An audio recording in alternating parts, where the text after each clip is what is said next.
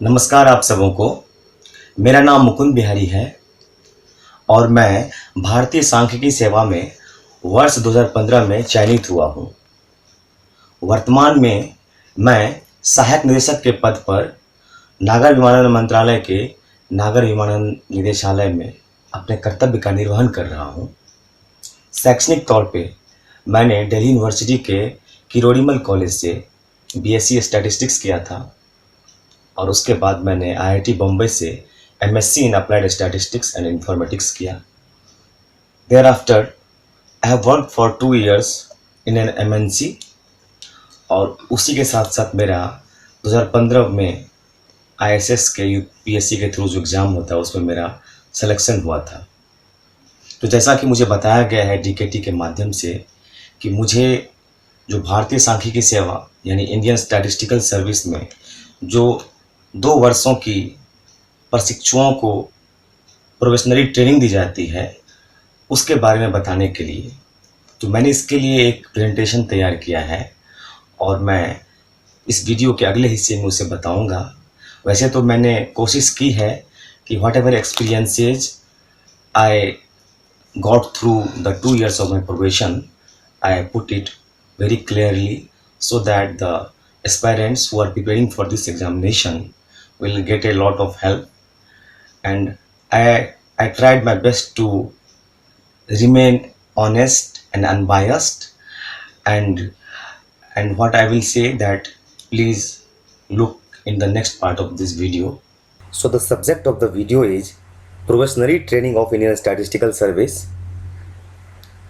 And before proceeding, let me make myself very clear on one aspect, that is the views expressed is purely personal and in any way it doesn't relate to my official position. One more thing is, since I was an fresh entrant in year 2015 and since then a lot of modification has been done into the training process of the ISS, which was probably based on the feedback received by officer trainees, and also it might be due to the continuous improvement process. So what I will tell, there might be some deviation, it might be some addition, deletion or reorientation, whatever in the course structure, but I am sure that the basic idea still remains the same, and this video will probably give you a complete overview of the course and guide you further in that direction. So as I have told, my name is Mukund Bihari and I am an assistant director. I am an ISS officer. Next step is, let me tell you the agenda of this. So the first is the brief about ISS. जब तक आपको ISS के बारे में कुछ पता नहीं होगा तो वो क्या ट्रेनिंग लेते हैं उसके बारे में चीज़ को आप ज़्यादा अप्रिसिएट नहीं कर पाएंगे। मुझे पता है कि जो भी लोग ये वीडियो देख रहे होंगे उसमें से mostly they know very much about the Indian statistical service, but फिर भी सभी के बेनिफिट के लिए मैं एक मोटा मोटी एक आइडिया दे दूंगा कि what are the ISS, what they are doing, what are their role and what are their job profile. हम शुरू करते हैं इसको। So ISS means Indian statistical service. अगर आप इससे परिचित नहीं हैं तो कोई बात नहीं, मैं अभी कुछ टर्म्स बताऊंगा आपको और आप अपने रोज़ाना ज़िंदगी में, रोज़मर्रा की ज़िंदगी में उस टर्म्स को आप सुनते होंगे, B it newspaper, media, discussion, journal, everywhere you might have encountered such words on a daily basis.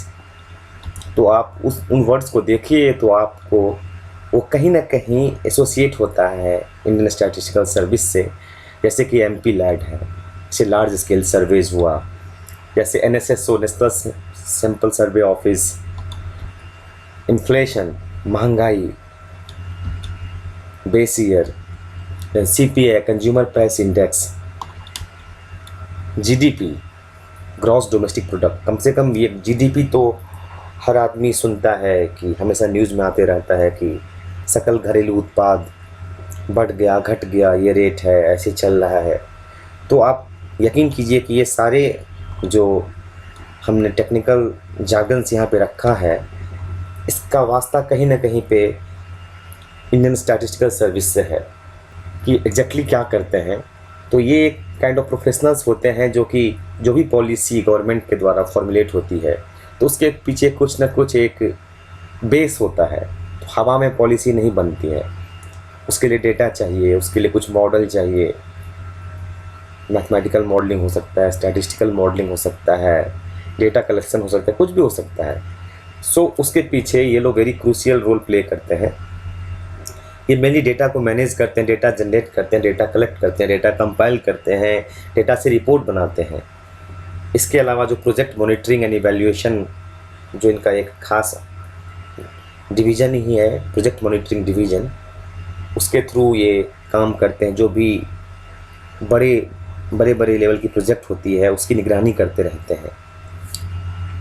कुछ और काम बता दूं, जैसे कि ये लोग डिज़ाइन करते हैं, design and execute the large scale surveys, और उसके आधार पे फिर ये रिपोर्ट पब्लिश करते हैं। आप यकीन कीजिए या इमेजिन कीजिए आप कि इंडिया जो कि इतनी वास्ट कंट्री है जहाँ पे इतनी सारी डाइवर्सिटीज़ हैं, तो really it is a great challenge to design and execute large scale surveys. Then they also develop some indexes for the economy, and those indexes are called the barometer of the economy. अगर आपको किसी economy के बारे में जानना हो तो आप उस इंडेक्स से पता कर सकते हैं कि इकोनॉमी अच्छा कर रही है या अच्छा नहीं कर रही है। उसके अलावा ये लोग ऑफिशियल स्टैटिस्टिक्स को टाइमली और अनबायस्ड तरीके से एक्यूरेटली पब्लिश करते हैं। So there are an number of ways they are contributing to the society and to the government, but the motive of all of this is to strengthen the national statistical system. इनके बारे में बता दूं कि this comes under the category of Group A Central Civil Service, और this is organized service also. Organized service, when I say organized service, it means they have some cadre controlling authority, और ISS के case में ये authority ministry of statistics and programming implementation, जिससे short में हम लोग मॉस्पी कहते हैं, उसके पास है। और इनका सिस्टम पूरी तरीके से डिसेंट्रलाइज्ड होता है। ये ऑलमोस्ट 40 मिनिस्ट्रीज़ में इनके ऑफिसर्स पोस्टेड होते हैं। उनके 40 मिनिस्ट्रीज एंड उनके जितने भी डिपार्टमेंट्स हैं सब में, तो वो हर मिनिस्ट्री में अपना अलग अलग काम होता है। वहाँ के अलग अलग स्टैटिस्टिक्स होते हैं, वहाँ पर अलग डेटा होता है, अलग नीड होता है। सब नीड्स को वो कैटर करते हैं। इसके अलावा इसकी हिस्ट्री की बात करते हैं तो 1961 में ये सर्विस इस्टेब्लिश हुई थी, और जिसका मोटिव था कि गवर्नमेंट ऑफ इंडिया के अंदर में जो स्टैट्स का एक पूर्ण प्रोफेशनल कैपेसिटी डेवलप हो, और जो कि स्टैटिस्टिकल एनालिसिस को अंजाम दे सके, और जो डेवलपमेंटल पॉलिसीज़ है उसको डिज़ाइन कर सके, फॉर्मुलेट कर सके, जो मॉनिटरिंग और इवैल्यूएटिंग जो भी आपका प्रोजेक्ट चल रहा है उसको किया जा सके। उसके लिए उस पर्पस के लिए ISS, और as I have already told that MOSPI is the cadre controlling authority for the ISS officer. Currently 814 यानी 814 सेक्शन पोस्ट हैं जो कि वेरियस मिनिस्ट्रीज़ में काम कर रहे हैं। उसके अलावा जो कैडर पोस्ट होती है उसके अलावा भी ISS ऑफिसर्स डेप्यूटेशन पे तरह तरह के अंतर्राष्ट्रीय और डोमेस्टिक संस्थाओं में अपना अनुभव साझा करते हैं, काम करते हैं जा कर के। जैसे कि सेंट्रल स्टाफिंग स्कीम हुआ, UN बॉडीज़ में जैसे कि FAO हुआ, WHO हुआ। सो इस सब में भी ISS ऑफिसर्स डेप्यूटेशन पे जाते हैं।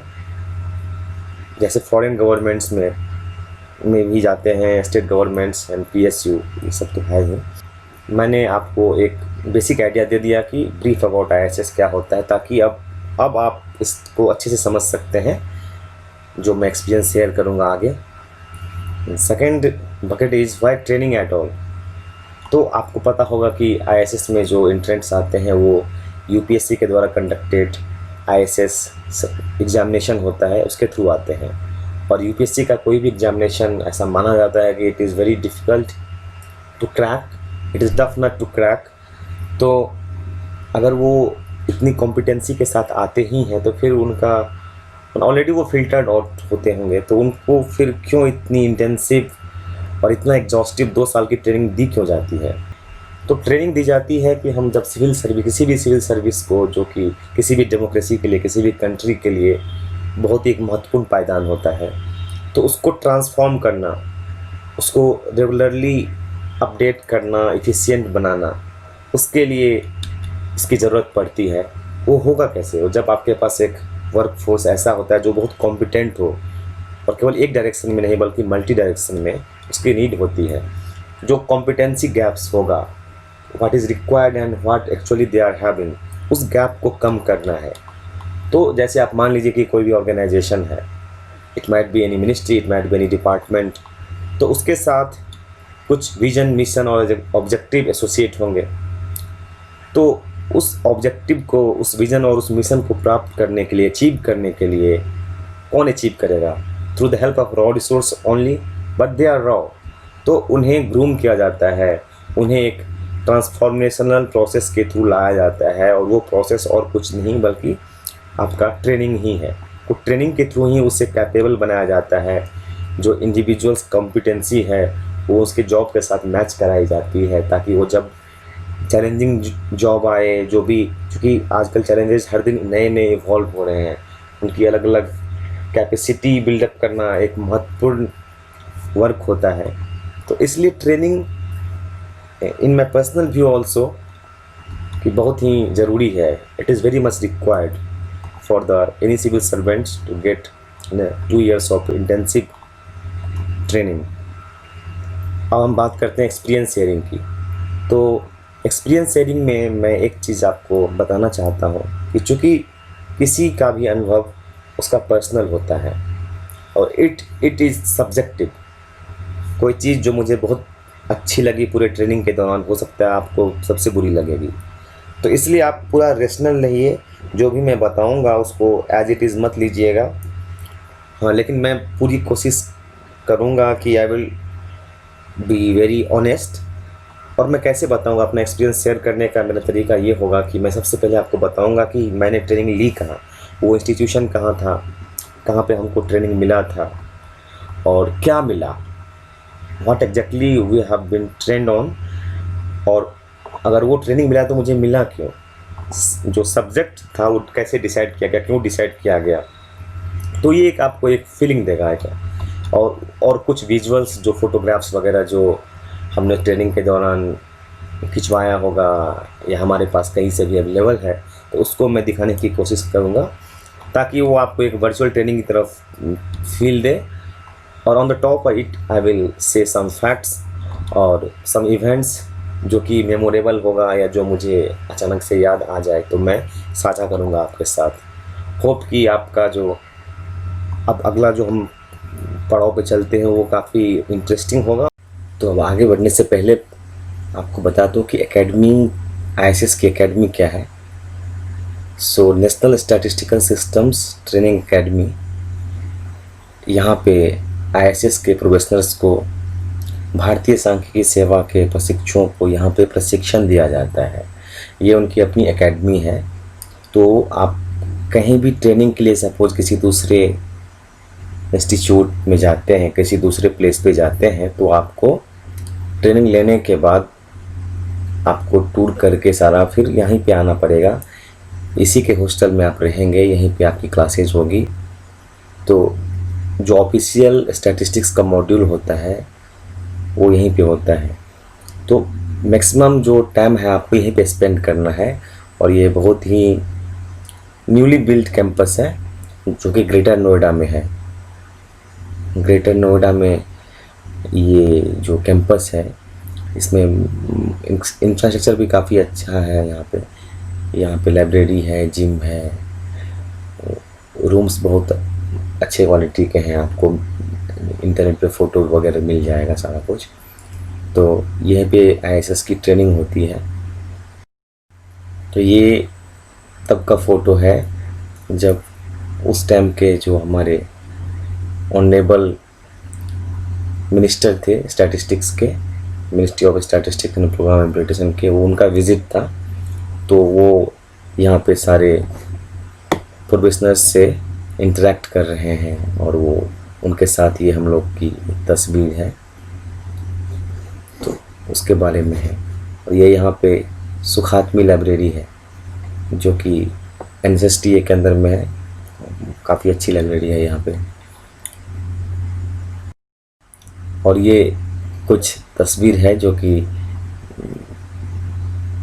आपके एकेडमिक लाइफ को बताता है। ये हमारा हॉस्टल ब्लॉक है, उसका एंट्रेंस है। ये कंप्यूटर लैब है, ये बैडमिंटन खेलते हैं उस जगह का है। तो आप बहुत एंजॉय करेंगे ये एकेडमी लाइफ, क्योंकि सबसे पहली बात है कि आपके साथ बहुत सारे आपके कलीग्स होंगे जो कि across length and breadth of India आए होंगे। उनसे आपको उत्सुकता होगी सबको जानने की, सबसे मिलने की। जो कठिनाइयाँ कुछ होगी ट्रेनिंग में उसको आप शेयर करेंगे, तो बहुत अच्छा माहौल होता है, बहुत अच्छी अच्छी लर्निंग होती है यहाँ पे। और ये NSSTA का जो फाउंडेशन डे है उसकी कुछ तस्वीरें हैं। तो उस समय हम लोग जो ये ट्रेनी थे उन्होंने मिलकर के कल्चरल प्रोग्राम वगैरह का एक बहुत ही सक्सेसफुल इवेंट रहा था, उसका हम लोगों ने आयोजन किया था। तो उसमें आप देख सकते हैं सारे के सारे ये ISS ऑफिसर्स ही हैं जो लोग अपनी प्रस्तुतियां दे रहे हैं यहाँ पे। ये देखिए, ये भी तस्वीर उसी की है। तो बहुत इनोवेटिव था ये सारा कुछ और बहुत सराहा गया था उस समय, अप्रिसिएशन काफ़ी मिला था। और हमारे बैच में बहुत सी डाइवर्सिटी थी, हर तरीके के लोग थे। हर आदमी किसी न किसी चीज़ में बहुत ही स्किल्ड था, बहुत ही टैलेंटेड था। तो उसके कारण एक बहुत अच्छा पूल ऑफ टैलेंट मिल गया था हम लोग को। सो ये NSSTA फाउंडेशन डे पे जो हम लोग का प्रोग्राम है।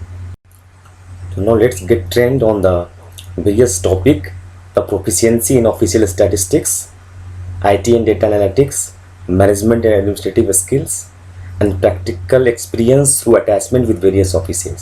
So these are the four main category in which the overall training process can be divided. So one by one we will learn about all these things. So first, the proficiency in office statistics. So this is a technical thing, so which can be further divided into these many category like official statistics, financial statistics and economics, multivariate analysis, survey methodology, and monitoring and evaluation. So out of these, first we will start with official statistics, which again has been divided into so many category as you can see on the screen. So one by one I will try to give you some idea in the brief. So first we will start with the fundamentals of official statistics. तो ये क्या होता है कि एक किसी भी नए रिक्रूट को, किसी भी नए फ्रेश इंट्रेंट को कि कैसा हमारा स्टैटिस्टिकल सिस्टम है, कैसे वर्क कर रहा है, एक बेसिक फ्रेमवर्क क्या है, उसके बारे में जानकारी दिया जाता है। तो इसमें आपको जो अपनी मिनिस्ट्री है, ministry of statistics and programme implementation, उसके कितने ऑफिसेज हैं, क्या क्या विंग हैं उसके। सिमिलरली नेशनल स्टैटिस्टिकल कमीशन के बारे में जानकारी दी जाती है। आपका अगर डेटा कलेक्ट होता है तो किन किन एक्ट के तहत डेटा कलेक्ट किया जाता है, जैसे कि कलेक्शन ऑफ स्टैटिस्टिक्स एक्ट के बारे में आपको एक जानकारी दी जाती है। फिर से आपका जो स्टैटिस्टिकल एडवाइज़र का मिनिस्ट्रीज में क्या रोल होता है। सिमिलरली जो हमारी तमाम लैंड मिनिस्ट्रीज है उसका स्टैटिस्टिकल फ्रेमवर्क कैसा है, उसमें क्या रिपोर्टिंग सिस्टम है। फिर से सबसे इम्पोर्टेंट है कि ऑफिशियल स्टैटिस्टिक्स जो है उसका कुछ फंडामेंटल प्रिंसिपल होते हैं और ये यूनिवर्सल है, वर्ल्ड वाइड है। तो इसके बारे में जानकारी दी जाती है ताकि जो लोग हैं उनको समझ में आ सके कि किस किस प्रिंसिपल्स का हम यूज़ करें, कैसे एक प्रोफेशनल तरीके से हम स्टैटिस्टिकल प्रोडक्शन करते हैं, उसका प्रोसेस क्या है, डेटा की क्वालिटी क्या होती है, क्या क्या चैलेंजेस होते हैं।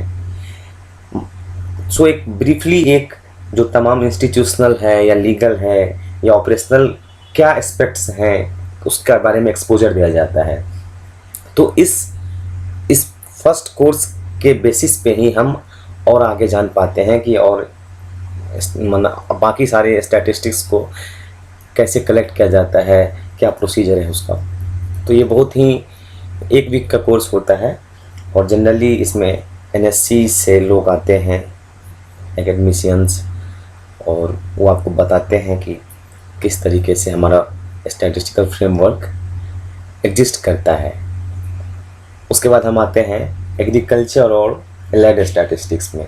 तो चूँकि आईएसएस की जो पोस्ट होती है वो मिनिस्ट्री ऑफ एग्रीकल्चर में भी होती है, मिनिस्ट्री ऑफ रूरल डेवलपमेंट में होती है, फिर किसी तरीके से वो लोग कोऑर्डिनेट करते हैं स्टेट डीईएस से। इनफैक्ट जो एनएसएसओ का भी जो सर्वे होता है वो एग्रीकल्चर के ही बहुत सारे राउंड उससे रिलेटेड होते हैं। तो इसलिए एग्रीकल्चर एंड एलाइड स्टैटिस्टिक्स की भी नॉलेज होनी चाहिए किसी भी आईएसएस को। और उसमें वो लोग बताते हैं कि हमारा स्ट्रक्चर क्या है एग्रीकल्चर में, क्या लैंड रिकॉर्ड सर्वे क्या होता है, एनिमल हस्बेंड्री, फिश, हॉर्टिकल्चर, इस सब में हम कैसे, हमारा कितने क्या स्कीम होते हैं, कैसे कलेक्शन हम करते हैं। सिमिलरली लाइव स्टॉक सेंसस भी होता है। फिर बहुत सारे एक्सपेरिमेंट होते हैं जैसे कि crop cutting experiment, agricultural census. उसके अलावा ये जो मिनिमम सपोर्ट प्राइसेज हैं उसके डिसीजन मेकिंग में भी आईएसएस बहुत इन्वॉल्व होते हैं। तो उसमें कॉस्ट ऑफ कल्टीवेशन कैसे कैलकुलेट किया जाता है, तो ये सब चीज़ों की भी जानकारी दी जाती है। और इस एग्रीकल्चर और एलाइड स्टैटिस्टिक्स के अंत में हमें एक विज़िट कराया जाता है। विज़िट में मुझे याद है कि हमें एग्रीकल्चर विंग फरीदाबाद में है, एफओडी का फील्ड ऑपरेशन डिवीज़न, वहाँ ले जाया गया और वहाँ पे फिर क्रॉप कटिंग एक्सपेरिमेंट को फील्ड में जाकर के दिखाया गया कि कैसे क्रॉप कटिंग एक्सपेरिमेंट होता है और कैसे हम एस्टिमेट पता करते हैं। सिमिलरली हमें एनडीआरआई करनाल ले जाया गया, तो वहाँ से भी हमें बहुत सारी जानकारी मिली। तो अब हम मूव ऑन करते हैं इंडस्ट्रियल स्टैटिस्टिक्स पे।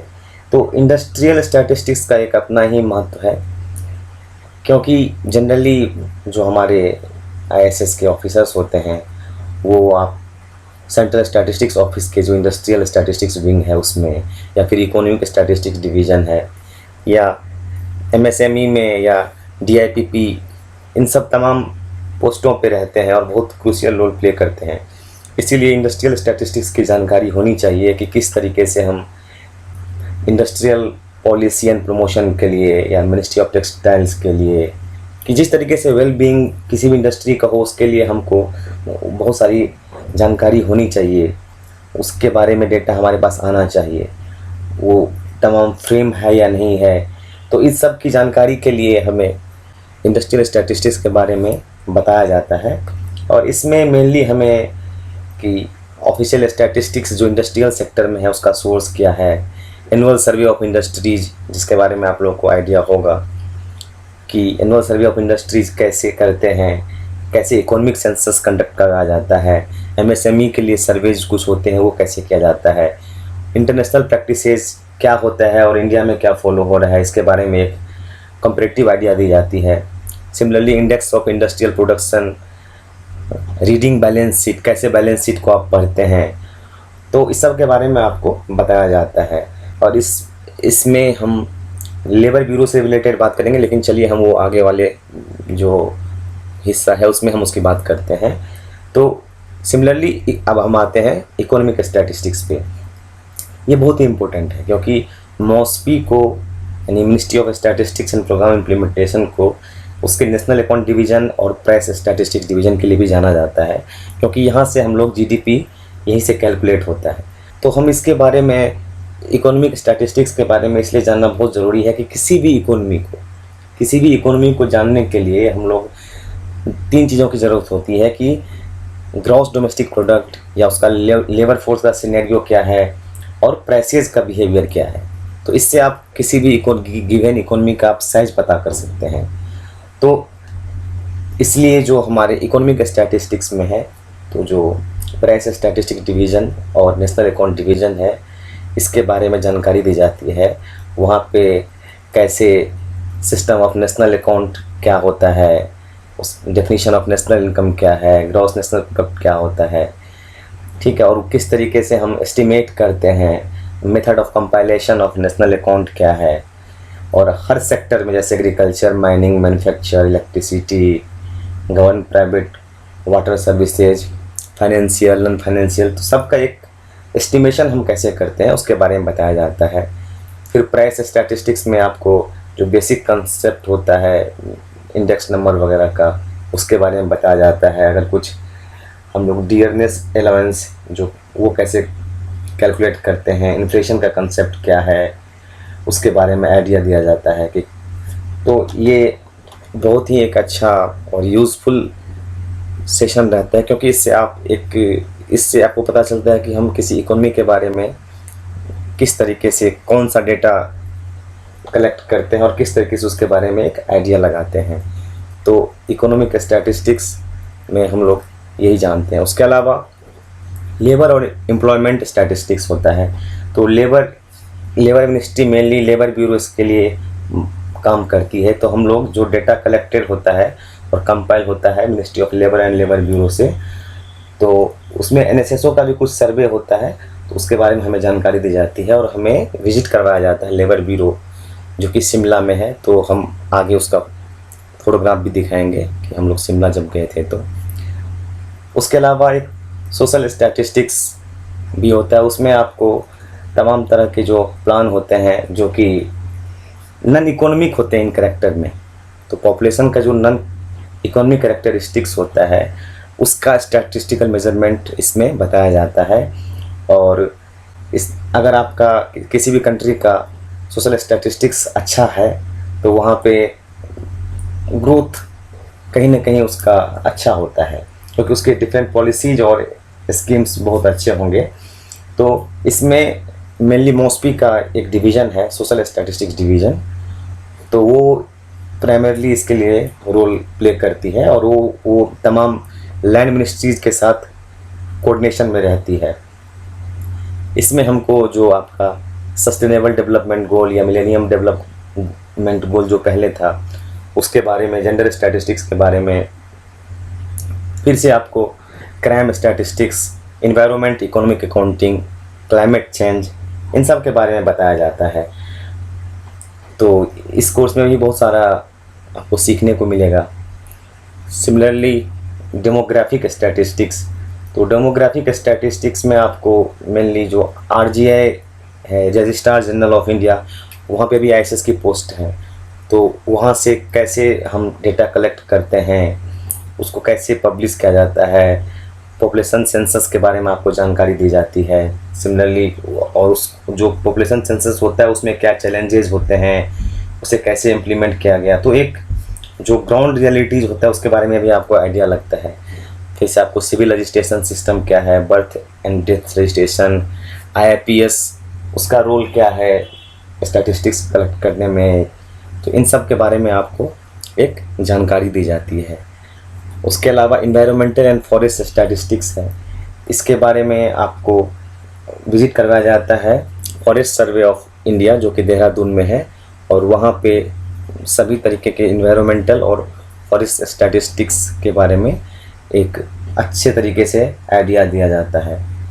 और एप्लीकेशन ऑफ जीआईएस, तो जीआईएस जो है ये आजकल बहुत डिमांड में है, क्योंकि हम लोग इसके लिए ये IIRS जो है Indian institute of remote sensing, वहाँ ले जाया जाता है और वहाँ पे प्रैक्टिकल अप्रोच के साथ कुछ एग्जाम्पल के साथ बताया जाता है। एक तरीके से इसको हम IT कोर्स में भी शामिल कर सकते हैं। जैसे ये लेबर एंड एम्प्लॉयमेंट स्टैटिस्टिक्स जो कि हमको लेबर ब्यूरो शिमला में ले जाया गया, वहाँ की ये कुछ तस्वीरें हैं।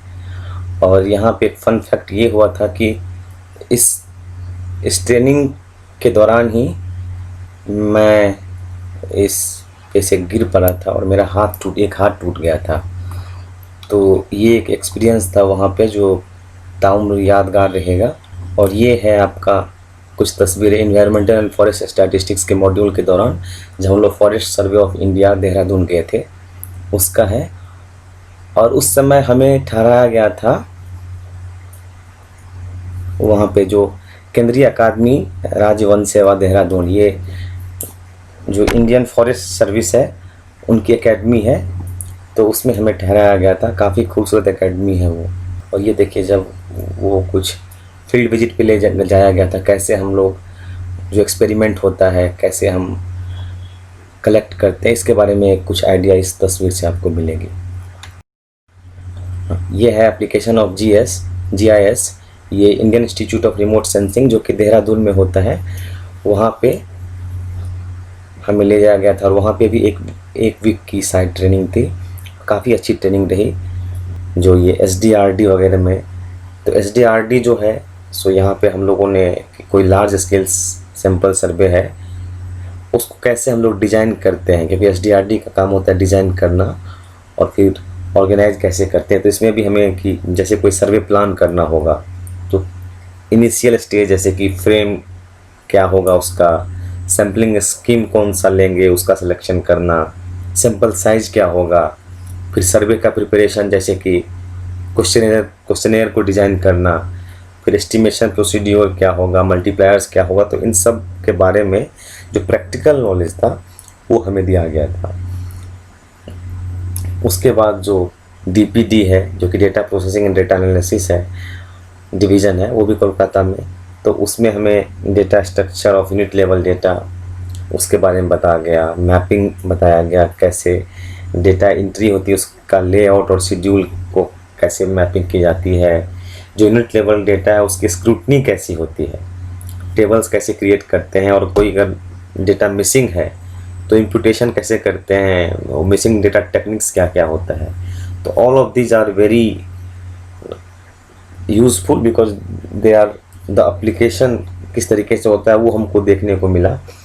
और वहाँ पे SDRD कोलकाता में ही हमें जो एक स्मॉल सर्वे जो कि हमने सीखा था इन सब में SDRD DPD में जाकर के, तो उसको लेकर के विद द जो FOD का जो वहाँ पे कोलकाता में जो था उससे बात करके फिर हमें एक सर्वे, छोटा सा सर्वे दिया गया, उसका क्वेश्चनर हम लोग डिज़ाइन किए और फिर जा कर के हम लोग फील्ड विजिट करके छोटा सा एक प्रोजेक्ट टाइप से हम लोगों ने सैंपल सर्वे पे प्रोजेक्ट किया और फिर उसका रिपोर्ट लिख करके उसे हम लोगों ने वहाँ पे सबमिट किया।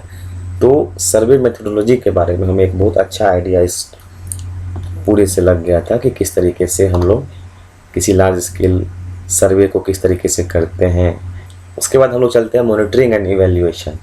तो मॉनिटरिंग एंड इवैल्यूएशन जो है वो तो बहुत ही ज़रूरी टॉपिक है जानने के लिए, क्योंकि इसमें हम लोग गए थे administrative staff college of India, ASCI बोलते हैं, जो कि ये भी हैदराबाद में है और बहुत अच्छा इंस्टीट्यूट है ये भी। यहाँ पे हमको सबसे पहले मॉनिटरिंग एंड इवैल्यूएशन का कंसेप्ट बताया गया, कौन कौन से मेथड होते हैं इम्पैक्ट इवैल्यूएशन के, डिफरेंट मैकेनिज़्म होता है जैसे कि हम लोग वेरियस स्कीम्स और प्रोग्राम्स को मॉनिटर कर सकते हैं, इवैल्यूएट कर सकते हैं। फिर वहाँ पे इंटेंसिव प्रैक्टिस करवाई गई कि कुछ जैसे हम लोग कैसे आउटकम इंडिकेटर हम कैसे डेवलप करेंगे उसके बारे में बताया गया। फिर से जैसे MPLAD है या IPMD है, तो इसके बारे में भी कुछ बेसिक आइडिया दिया गया। तो मॉनिटरिंग एंड इवैल्यूएशन जो कि हम बार बार बोल रहे हैं कि ये मॉस्पी का एक बहुत बड़ा हिस्सा है जो इसमें इन्वॉल्व होता है। और ये आप जो आस्की है administrative staff college of India उसका ये तस्वीर है। सो हम लोग अब आते हैं फाइनेंशियल स्टैटिस्टिक्स एंड इकोनॉमिक्स पे। तो इसके भी 5 भाग हैं मेनली, तो हम हर एक भाग का अलग अलग उसकी व्याख्या करेंगे, उसके बारे में थोड़ा एक आइडिया लेंगे कि क्या होता है, क्या बताया जाता है इसमें। Basics of micro and macro economic theory है जो कि इंडियन स्टैटिस्टिकल इंस्टीट्यूट दिल्ली, काफ़ी प्रीमियर इंस्टीट्यूट है और बहुत अच्छे से बताया गया था यहाँ पे माइक्रो और मैक्रो इकोनॉमिक का कॉन्सेप्ट्स। और ये इसलिए भी ज़रूरी है एक IAS को जानना क्योंकि हम लोग जो इकोनॉमिक डेटा है उसको कंपाइल करते हैं, इंटरप्रेट करते हैं। बहुत सारे इंडिसेस और इंडिकेटर्स जो कि नेशनल लेवल पे हम लोग बनाते हैं, जैसे कि consumer price index, wholesale price index, index of industrial production. तो ये सब इंडियन इकोनॉमी का बैरोमीटर है और ये कहीं ना कहीं जो है सो मैक्रो इकोनॉमिक जो मूवमेंट है या पैरामीटर है उसको बताता है। तो इसलिए इन सब चीज़ों से मैक्रो इकोनॉमिक और माइक्रो इकोनॉमिक इस थ्योरी से IAS को कहीं ना कहीं अच्छे से पता होना चाहिए, क्योंकि NSSO में भी जो डेटा कलेक्ट किया जाता है वो बहुत सारे इकोनॉमिक मैक्रो इकोनॉमिक इंडिकेटर को लार्ज सैंपल सर्वे के थ्रू उसको हम लोग कलेक्ट करते हैं, जो कि बाद में उससे इंडिकेटर निकलता है, उसका प्लानिंग और रिसर्च पर्पस में भी यूज़ होता है। सो इसीलिए कि macro and macro economic theory का ज्ञान ज़रूरी था, इसकी नॉलेज होनी ज़रूरी थी। और इसमें हम लोग को मैक्रो इकोनॉमिक्स में मेनली जो है सो कैसे हम लोग गुड मार्केट क्या होता है, एग्रीगेट डिमांड क्या है, मॉनेटरी एंड फिस्कल पॉलिसी का एग्रीगेट डिमांड पे क्या फ़र्क पड़ेगा, ओपन इकनमी क्या होती है, मनी और इन्फ्लेशन के बीच में क्या रिलेशन है, एग्रीगेट सप्लाई, इसी तरीके से इन्फ्लेशन, अनएम्प्लॉयमेंट, मतलब ये सारी चीज़ें केस स्टडीज़ भी होती है और कुछ रियल लाइफ सिचुएशन को भी लेकर के आपको एक नॉलेज दिया जाता है। सिमिलरली मैक्रो इकोनॉमिक्स में जो आपकी market forces of supply and demand, consumer behaviour क्या है, ओरिजिनल चॉइसेस क्या होते हैं, डिमांड इलास्टिसिटी, उसके application, demand estimation, forecasting, production theory, cost analysis, किसी भी मार्केट में मार्केट का पावर क्या होता है, कॉम्पिटिटिव मार्केट क्या होता है, उसमें डिसीजन कैसे लिए जाते हैं, प्राइसिंग टेक्निक क्या है, गेम थ्योरी के बारे में कुछ थोड़ा बताया जाता है। तो ये सारी चीज़ें आपको बहुत अच्छे तरीके से एक वीक का मॉड्यूल होता है, उसमें इंडियन स्टैटिस्टिकल इंस्टीट्यूट में हम लोग को बताया गया था, जो कि बहुत ही वाजिब है किसी भी आईएएस को जानने के लिए। उसके बाद हम चलते हैं time series analysis and applied econometrics पे। तो ये भी एक बहुत अच्छा प्रीमियर इंस्टीट्यूट है, institute for social and economic change. तो ये बेंगलोर में है और यहाँ पे हमें बताया गया था टाइम सीरीज एनालिसिस और अप्लाइड इकोनोमेट्रिक्स के बारे में। तो ये इसलिए ज़रूरत है जानने की, क्योंकि जनरली हम लोग टाइम सीरीज डेटा भी पब्लिश करते हैं बहुत मिनिस्ट्रीज़ में, वेरियस मिनिस्ट्रीज़ में हम लोग। तो टाइम सीरीज डेटा पब्लिश करते हैं तो हमें ये पता रहना चाहिए कि हम फोरकास्टिंग कैसे करेंगे। इवन मिनिस्ट्री ऑफ एग्रीकल्चर में तो बहुत सारे एडवांस एस्टीमेट्स आते हैं, जैसे कि एग्रीकल्चर प्रोडक्शन का एडवांस एस्टीमेट आता है, जो कि बहुत सारी पॉलिसी उस पर डिपेंड होती है और बहुत सारा पर्पस के लिए भी यूज़ होता है। तो इन सब को जानने के लिए इकोनोमेट्रिक्स मॉडल का यूज़ होता है।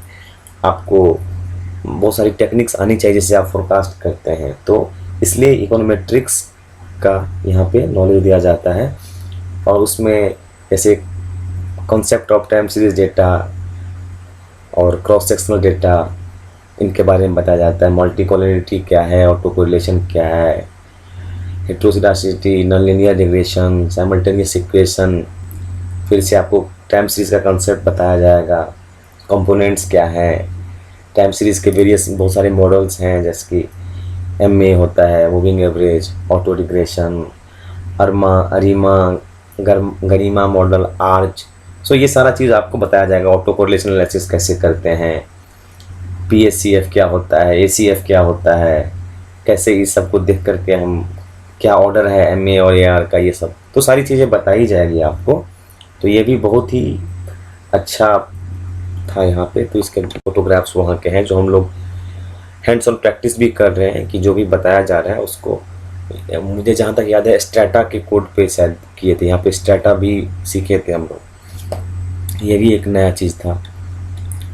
जनरली लोग, मुझे पहले से ही आर वगैरह आता था तो मैं स्ट्रैटा का भी यूज़ नहीं किया। आईटी में भी सैस का यूज़ किया था, उसके बाद सैस, आर, पाइथन ये सब, लेकिन स्ट्रैटा मुझे पता नहीं था, SPSS आता था। तो यहाँ पे मैंने वो सीखा है, स्ट्रैटा का एक बेसिक आइडिया लिया था। हम मूव ऑन करते हैं public finance and fiscal policy पे। तो ये इसलिए भी ज़रूरत है कि ISS का कुछ पोस्ट जो होता है मिनिस्ट्री ऑफ फिनेंस में भी होता है, वहाँ पे जैसे टैक्स रिसर्च यूनिट है जो कि department of revenue ministry of finance में है। तो वहाँ पे जो जिनका पोस्टिंग होगा उन्हें तो कम से कम पब्लिक फिनेंस और फिस्कल पॉलिसी के बारे में अच्छे से पता होना चाहिए कि क्या होता है। तो इसलिए, और ओवरऑल भी आपको, चूँकि आप इतना बार बार बता रहा हूँ कि मैक्रो इकोनॉमिक डेटा आप कंपाइल करते हैं, इंडेक्सेस बनाते हैं, तो आपको ये सारी चीज़ें आनी चाहिए।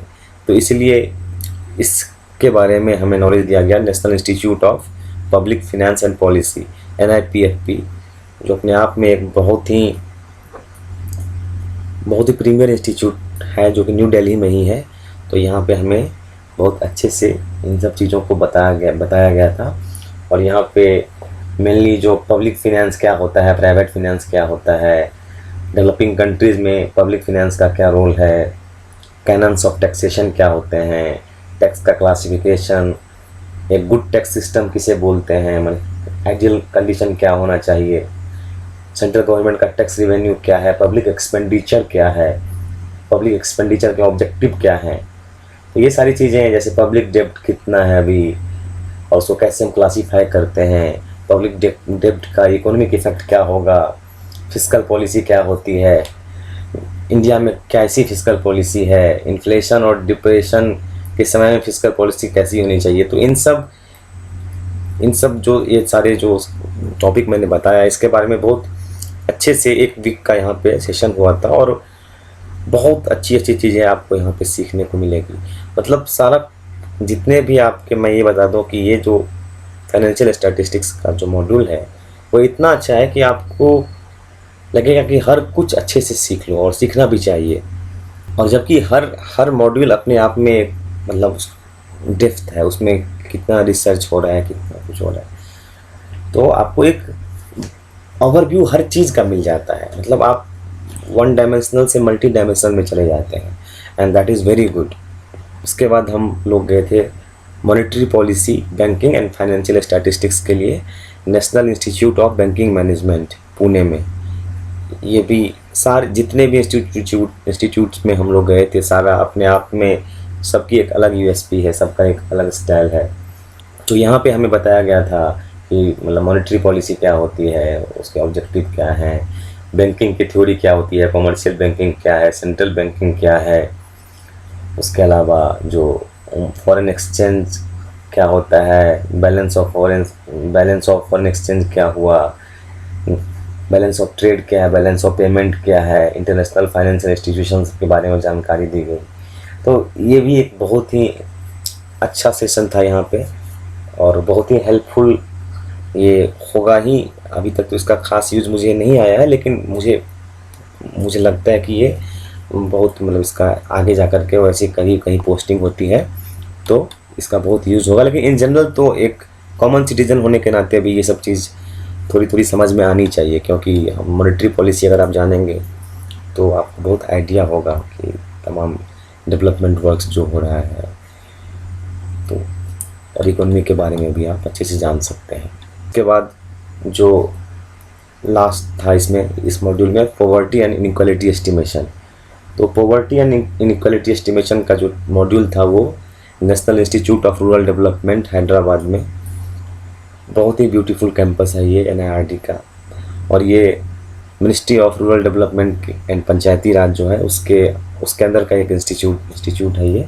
तो यहाँ पे हमें बताया गया था कि कैसे हम पॉवर्टी का एक कंसेप्ट क्या है, नेशनली क्या मानते हैं, इंटरनेशनली क्या मानते हैं, ये कैसे हम पॉवर्टी को एस्टिमेट करते हैं, इनइक्वालिटी को कैसे एस्टिमेट करते हैं, पॉवर्टी रिलेटेड इश्यूज क्या है इंडिया में, कैसे हम लोग जो डिफरेंट सोशल वेलफेयर स्कीम है उसको कैसे मॉनिटर करते हैं, सोशल वेलफेयर स्कीम क्या है, उसका इम्पैक्ट क्या है, और फिर एक जो पॉवर्टी एलिविएशन प्रोग्राम है उस पर केस स्टडी करवाया गया था। तो ये इसको जानना इसलिए भी ज़रूरी है कि एक तो हम लोग सेवक हैं तो हमारा दायित्व भी बनता है, कर्तव्य भी बनता है, और दूसरा हम लोग प्रिविलेज्ड हैं कि गवर्नमेंट में हैं तो आप जो पॉलिसी बनती है, पॉवर्टी एलिविएशन प्रोग्राम्स बनता है, उसमें आप कहीं ना कहीं इन्वॉल्व होते हैं अच्छे तरीके से। तो आप मतलब अगर इस सब चीज़ को जानते हैं तो वहाँ पे आप बेटर सलाह दे पाइएगा, बेटर एडवाइस कर पाइएगा। तो इसलिए ये बहुत ही एक इंटरेस्टिंग टॉपिक था और इसमें हमें विलेज भी ले जाया गया, वो विलेज विजिट किए वहाँ पे, वहाँ का भी एक अलग टाइप का एक्सपीरियंस था। So now we have completed the module on proficiency in official statistics. So now we'll move to IT and data analytics. So as you know that this is the age of information, this is the age of data, and we are in a period where everything is trying to be done with the Digital India program. Digitization is included in every aspect. That's why IT and data analytics is very much essential for an IAS officer to understand, because आपके पास कितना भी data है लेकिन उससे inference निकालने के लिए, in fact उसको कैलकुलेट करने के लिए, उसे प्रोसेस करने के लिए जितने भी टेक्निक्स हैं उसके लिए आपको टूल लगता है। तो किसी भी इंटरेंस को ऑलरेडी वो बहुत कुछ जानता रहता है, बट फिर भी एक बेसिक ओवरव्यू और एडवांस ओवरव्यू भी दिया जाता है ताकि वो जब एक्चुअली में वर्क करने जाए तो उसे कोई प्रॉब्लम नहीं हो। इसके बारे में इसको हम 3 पार्ट में बांटते हैं। First is basic IT and then advance IT. ये टोटल 13 वीक का मॉड्यूल चलता है, सॉरी 14 वीक का। 1 वीक बेसिक आईटी के लिए और 13 वीक एडवांस आईटी के लिए। और ये नासा में ही होता है, जो NSST ग्रेटर नोएडा का कैंपस है एकेडमी में, वहीं पे इसको बताया जाता है। और दूसरा पार्ट है data analysis and interpretation and third one is working with unit level data. To the basic IT and advance IT module, तो इसके बारे में बताऊं कि इसका सिलेबस क्या है। तो इसमें जो बेसिक आईटी है उसमें आपको जो बेसिक कंसेप्ट्स, जो कि पर्सनल कंप्यूटर और सर्वर क्या है उसके बारे में, नंबर सिस्टम क्या होता है, बिट बाइट्स, बेसिक चीज़ सब, जैसे फीचर ऑफ MS ऑफिस क्या है, MS वर्ड क्या होता है, एक्सेल क्या होता है, एक्सेस क्या होता है, उसके ऊपर प्रैक्टिकल एप्लीकेशन कैसे हम यूज़ करते हैं, किसी भी प्रोग्रामिंग लैंग्वेज का क्या कंसेप्ट है, ऑपरेटिंग सिस्टम क्या होता है, नेटवर्किंग कंसेप्ट्स सब, जैसे लैन हुआ, वैन हुआ, वाईफाई हुआ, इसके बारे में एक जानकारी दी जाती है ताकि जब भी कोई बेसिक एक आइडिया हुआ उसके ऊपर ही हम लोग on the top of it जो एडवांस आईटी मॉड्यूल होगा वो आएगा, जो कि 13 वीक, ये 1 वीक में ही ख़त्म हो जाता है। तो जो एडवांस है उसमें आपको ये स्ट्रक्चर क्वेरी लैंग्वेज बताया जाता है, क्योंकि जब भी आप कोई प्रोजेक्ट बनाएंगे तो उसके साथ आपको एक कोई ना कोई डेटाबेस होना चाहिए। तो डेटाबेस में भी हम लोग एक्सेस, MS एक्सेस और ओरेकल भी बताया जाता है। और स्ट्रक्चर क्वेरी लैंग्वेज से आप डेटा फेच कर सकते हैं, आप कस्टमाइज क्वेरी लिख सकते हैं। सिमिलरली C++ प्रोग्रामिंग, जिसमें कि classes, object, control, loop, arrays, pointer variable declaration, polymorphism, exception handling, input output with files, so ये सारी चीज़ें बताई जाती है उसमें, ताकि आपको एक प्रोग्रामिंग का जो ऑब्जेक्ट ओरिएंटेड प्रोग्रामिंग होता है उसका एक आइडिया हो जाए। और चूँकि जब भी अगर आपको कोई भी एक प्रोग्राम आता है अच्छे से, तो आप हर तरीके का नया प्रोग्राम सीख सकते हैं, क्योंकि आपका लॉजिक सही रहेगा तो आप कुछ भी आसानी से, जो अगर टेक्नोलॉजिकल अपडेट होगा कुछ भी, आप उसे लर्न कर सकते हैं। सिमिलरली आपको VB.NET और ASP.NET सिखाया जाता है ताकि कोई वेबसाइट डेवलपमेंट हो या कोई डेटा प्रोडक्ट आप बनाना चाहते हैं तो आपको इन सब चीज़ों का भी आइडिया हो। तो ये जो 13 वीक का जो आपका मॉड्यूल है वो काफ़ी ज़रूरी है, और क्योंकि आप जब ऑफिस में काम करने जाएंगे तो ये आपको सबसे अधिक इसकी ज़रूरत पड़ेगी। और इसके अंत में एक प्रोजेक्ट वर्क होता है जिसमें आपको जो कुछ भी आपने सीखा है उसके बेसिस पे एक प्रोजेक्ट बना के देना होता है जो कि वर्किंग हो। तो ये था basic IT and advance IT module, data analysis and interpretation. तो ये हुआ था आपका Indian agriculture statistics research institute, जो कि काफ़ी प्रीमियर इंस्टीट्यूट है एग्रीकल्चरल स्टैटिस्टिक्स के क्षेत्र में, और ये न्यू दिल्ली में ही है।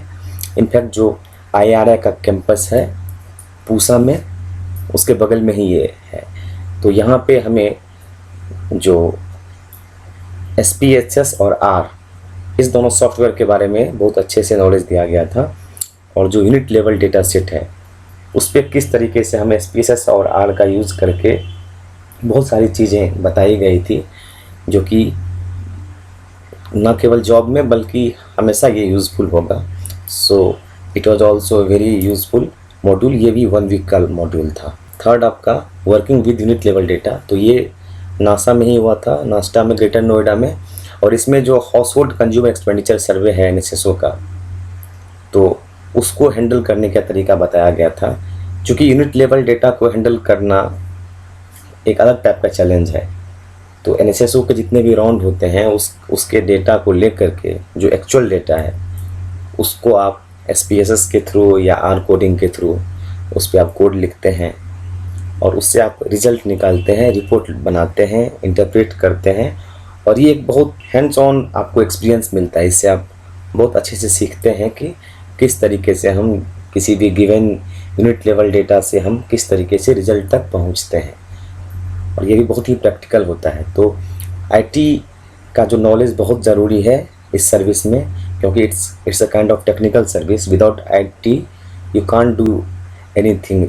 तो और एक जो जीआईएस का था, तो वो उसको भी आप इसमें काउंट कर सकते हैं, क्योंकि वो भी बहुत ही आज एक अपडेटेड टेक्नोलॉजी है। उससे भी आप बहुत कुछ कर सकते हैं। जब हम लोग यूएफएस वगैरह, अर्बन फ्रेम सर्वे वगैरह बनता है, तो उसमें उसका बहुत ही यूज होता है, और उसका एप्लीकेशन आप करके इनोवेटिव वर्क भी कर सकते हैं। Now we have completed these two topics, that is proficiency in official statistics and the IT and data analytics. Now we will move into the third category, that is management and administrative skills. So जैसा कि ISS officers बहुत जगह हर ministries में उनकी posting होती है, और वहाँ पे उनका रोल भी डिफरेंट होता है। उसमें उन्हें अपने मैनेजमेंट स्किल्स और एडमिनिस्ट्रेटिव स्किल्स की बहुत ज़रूरत होती है, क्योंकि उन्हें उनके नीचे भी स्टाफ होते हैं, ऊपर भी सीनियर ऑफिसर्स होते हैं। तो किस तरीके से डील करना चाहिए सबको, किस तरीके से कम्युनिकेशन स्किल्स अपना डेवलप करना है। तो रिगार्डिंग दिस सबसे पहले मैनेजमेंट ट्रेनिंग प्रोग्राम की बात करेंगे, फिर कम्युनिकेशन एंड प्रेजेंटेशन स्किल, और ऑफिस प्रोसीजर्स भी बहुत ज़रूरी है, क्योंकि जब आप किसी एक पर्टिकुलर ऑफिस में जाते हैं तो वहाँ का एक प्रोटोकॉल होता है, वहाँ पे किस तरीके से काम करना चाहिए, उस सब के बारे में एक आइडिया दिया जाता है, ताकि जब उनकी प्रॉपर पोस्टिंग हो तो वहाँ जाके उन्हें किसी भी प्रॉब्लम से फेस ना करना पड़े। और the fourth one is parliamentary procedure. ये सबसे इम्पोर्टेंट है, बिकॉज कोई भी सिविल सर्विस जो होता है वो एग्जीक्यूटिव में आता है, और executive is responsible for legislature. तो जब भी पार्लियामेंट में कुछ भी एक क्वेश्चन होता है, या जो भी उसके टर्म्स हैं, जो भी प्रोटोकॉल हैं, उसके बारे में किसी भी सिविल सर्वेंट को अच्छे से नॉलेज होना चाहिए, क्योंकि he has to deal with all this throughout his career. So let's move to the management training programme. तो ये मैनेजमेंट ट्रेनिंग प्रोग्राम जो हमारी हुई थी वो IIM कलकत्ता में हुई थी। तो वहाँ पे 1 वीक का शेड्यूल था, और उसमें हमने ये जो 5 पॉइंट हैं कि developing strategic mindset, managing change and transformation, team building, creativity and innovation and leadership through India ethos, तो इस सब के बारे में हमें ट्रेनिंग दी गई थी वहाँ पे। मैं थोड़ा सा चर्चा कर लेता हूँ इस पर कि स्ट्रैटेजिक माइंडसेट क्यों ज़रूरी है। कोई भी स्ट्रैटेजी जब भी होती है वो एक लंबे समय के लिए होती है, 10 साल 15 साल इसके लिए। तो आप जब सपोज कहीं आपका पोस्टिंग हो, वहाँ कोई सॉफ्टवेयर एक नया लाना हो, तो आप देखेंगे कि उसका आगे चल के देखेंगे कि उसका क्या यूज़ हो सकता है, वो रिडंडेंट है या नहीं है, कितना उसमें कॉस्ट लग रहा है, कितने आपके पास वर्क फोर्स हैं, कितनी ज़रूरत है। तो when you will take all these things into account, then you will develop a strategy 10 years down the timeline, 20 years down the timeline, कुछ भी। तो आप एक स्ट्रैटेजी डेवलप करते हैं, तो उसके लिए आपका माइंड सेट उस तरीके से होना चाहिए। उसके बाद है कि किस तरीके से आप अपने अंदर जो आपका चेंज होता है और ट्रांसफॉर्मेशन कैसे लाते हैं, उसको मैनेज कैसे करते हैं, क्योंकि आजकल जो है लाइफ बहुत फास्टली चेंज हो रही है। अभी आप देखिए कोरोना आ गया, टोटली जो वर्क कल्चर था वो अफेक्टेड हो गया। इससे लोग वर्क फ्रॉम होम कर रहे हैं, बहुत सारी कठिनाइयाँ आ रही है, इंफ्रास्ट्रक्चर की भी दिक्कत होती है, कभी कभी रिसोर्स आपका सब अवेलेबल नहीं होता है time. So all these things when there will be a change, you have to respond, और जिससे कि आप इजीली ट्रांसफॉर्म कर सकते हैं। तो इसलिए ये भी बहुत ज़रूरी है। उसके बाद टीम बिल्डिंग, टीम बिल्डिंग सबसे ज़्यादा ज़रूरी है, क्योंकि आप कोई भी काम एक अच्छे टीम के साथ ही कर सकते हैं, लेकिन ज़रूरी नहीं कि आप क्या जितना भी रिसोर्स हो उस सारे की क्वालिटी एक ही तरह की हो सकता है उसमें से कोई बहुत अच्छा कर रहा हो, एक्सेल कर रहा हो अपने काम में, कोई उस काम में एक्सेल ना करके किसी दूसरे काम में एक्सेल कर रहा है। तो you have to motivate them, you have to give them enough momentum. तो एक टीम की तरह एडेसिव होकर के काम करना पड़े, सारे लोगों को मिला जुला के काम करना पड़े। ये एक बहुत बड़ा टारगेट भी, बराबर चैलेंज है। किसी भी वर्क में, तो टीम बिल्डिंग बहुत ज़रूरी है किसी प्रोजेक्ट को करने के लिए, किसी भी काम को एक इफ़िशिएंटली करने के लिए। और ऑफ कोर्स क्रिएटिविटी के बिना तो कुछ है ही नहीं। आपको क्रिएटिव रहना है, आपको इनोवेटिव रहना है। हमेशा जब भी आप कुछ अच्छा करना चाहते हैं, आपकी क्रिएटिविटी, आपकी इनोवेशन सबसे आगे आती है, चाहे किसी भी क्षेत्र में हो। तो इसलिए इस सब के बारे में भी एक जानकारी दी जाती है। और you have to be not only a good manager but also a good leader. क्योंकि लीडर्स क्या हो, लीडर्स और मैनेजर्स में कुछ डिफरेंस है। लीडर्स क्या करता है, लीड बाय एग्जाम्पल करता है। तो आपको खुद आगे आना है।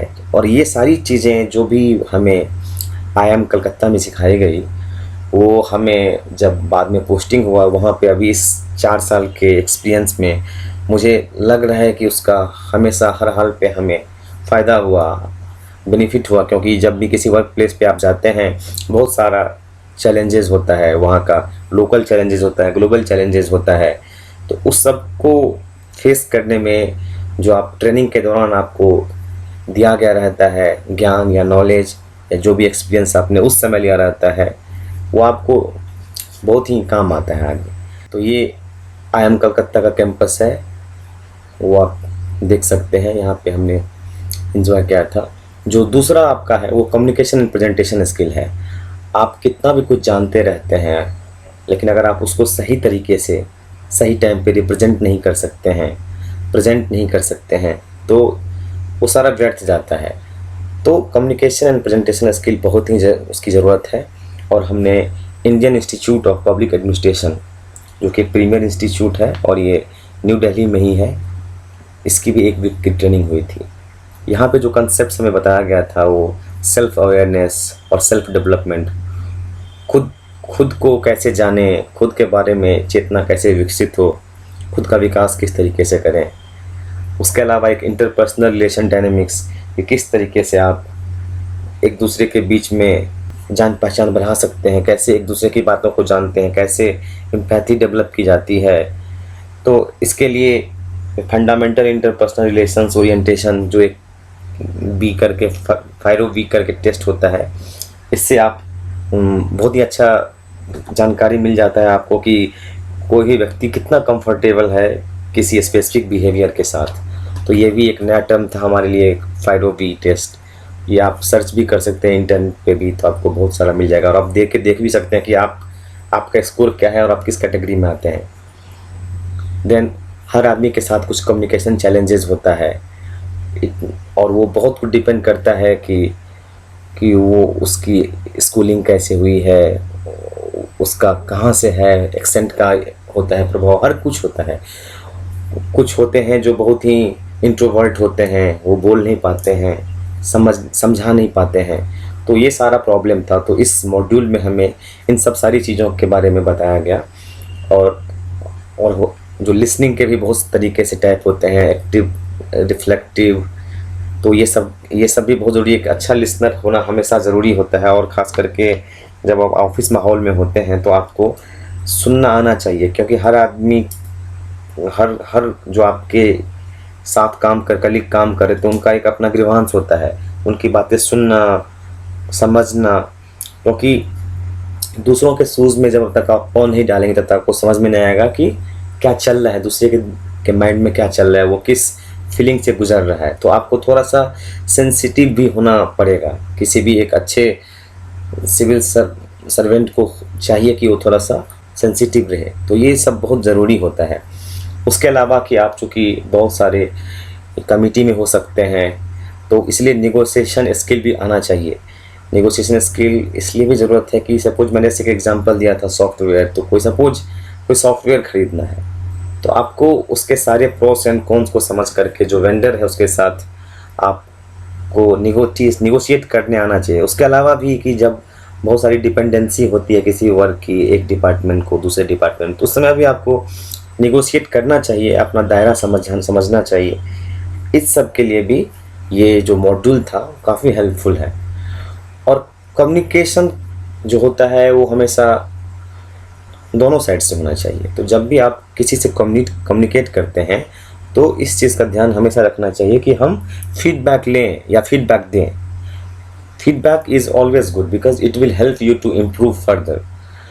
फीडबैक से आपको आपकी अपनी कमजोरी के बारे में पता चलता है और आप उस पर इम्प्रूव कर सकते हैं। इसलिए इसे फीडबैक जो है सो बहुत ही एक इम्पोर्टेंट चीज़ है।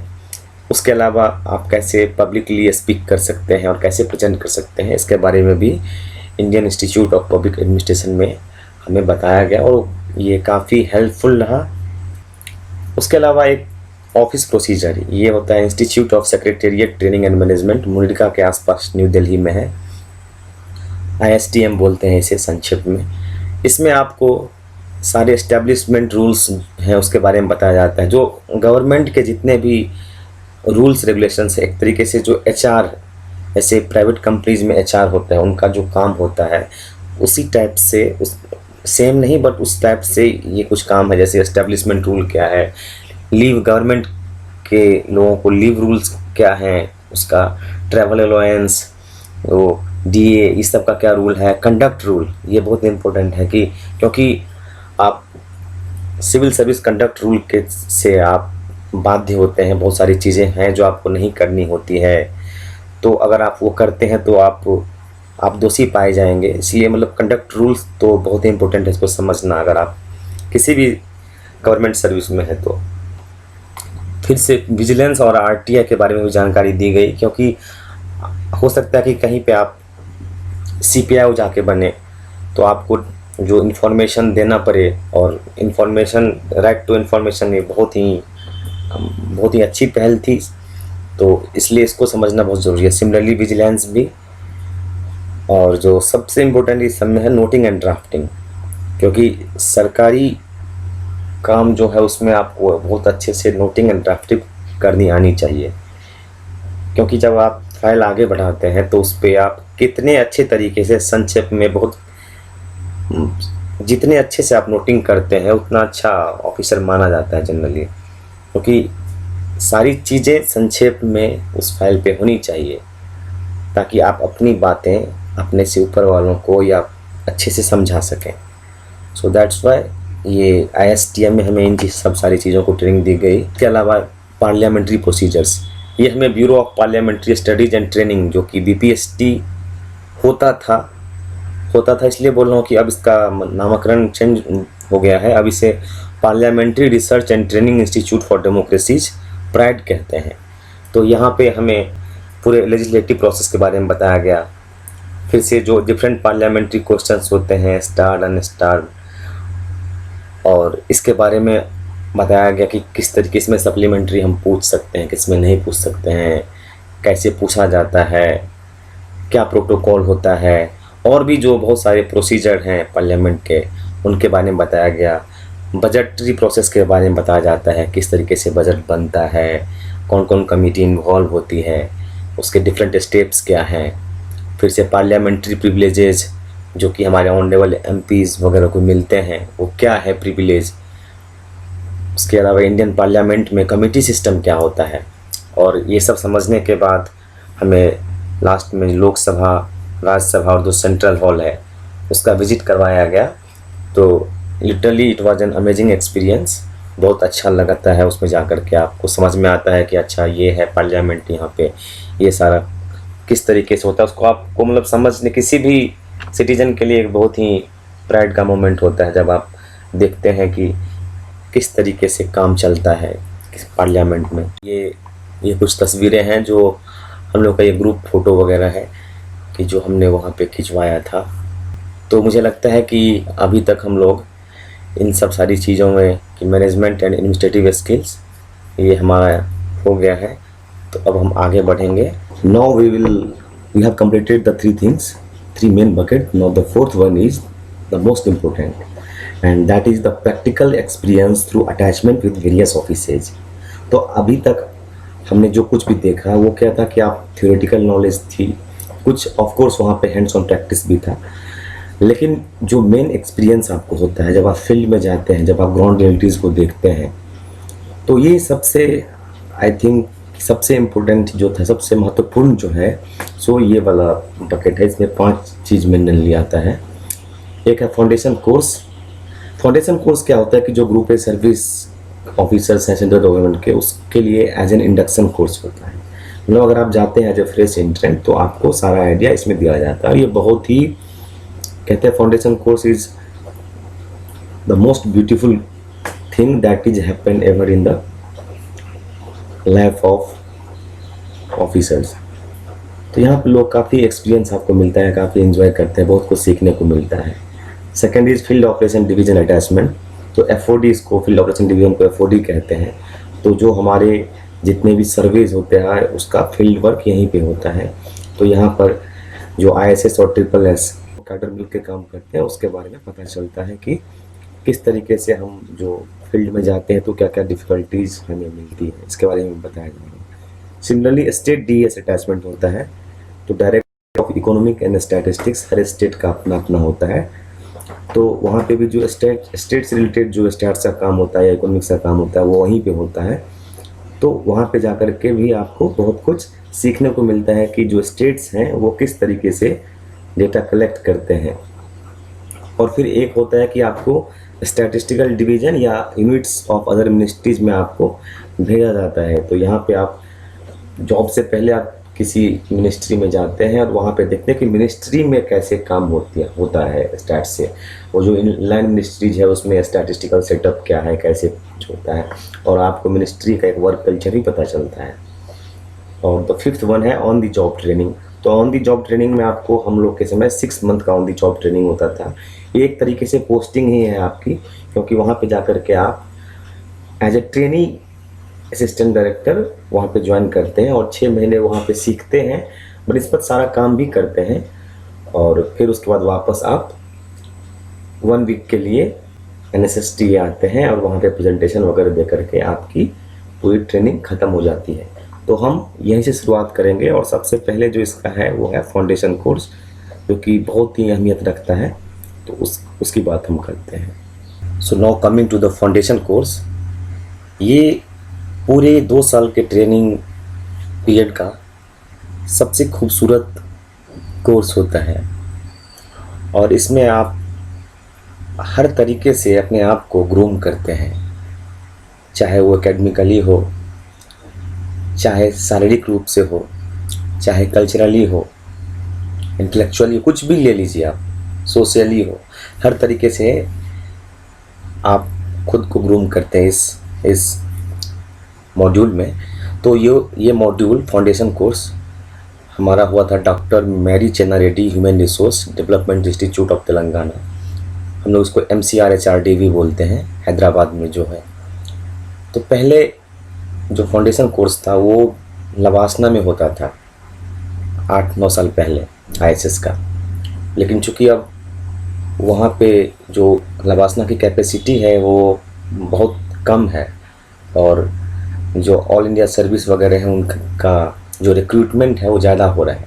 तो अब वहाँ से शिफ्ट करके जो बाकी सेंट्रल सर्विसेज हैं उनको शिफ्ट करके MCRHRD में भी उसका फाउंडेशन कोर्स होता है। तो हम लोग का foundation course 91st foundation course के नाम से जाना जाता है।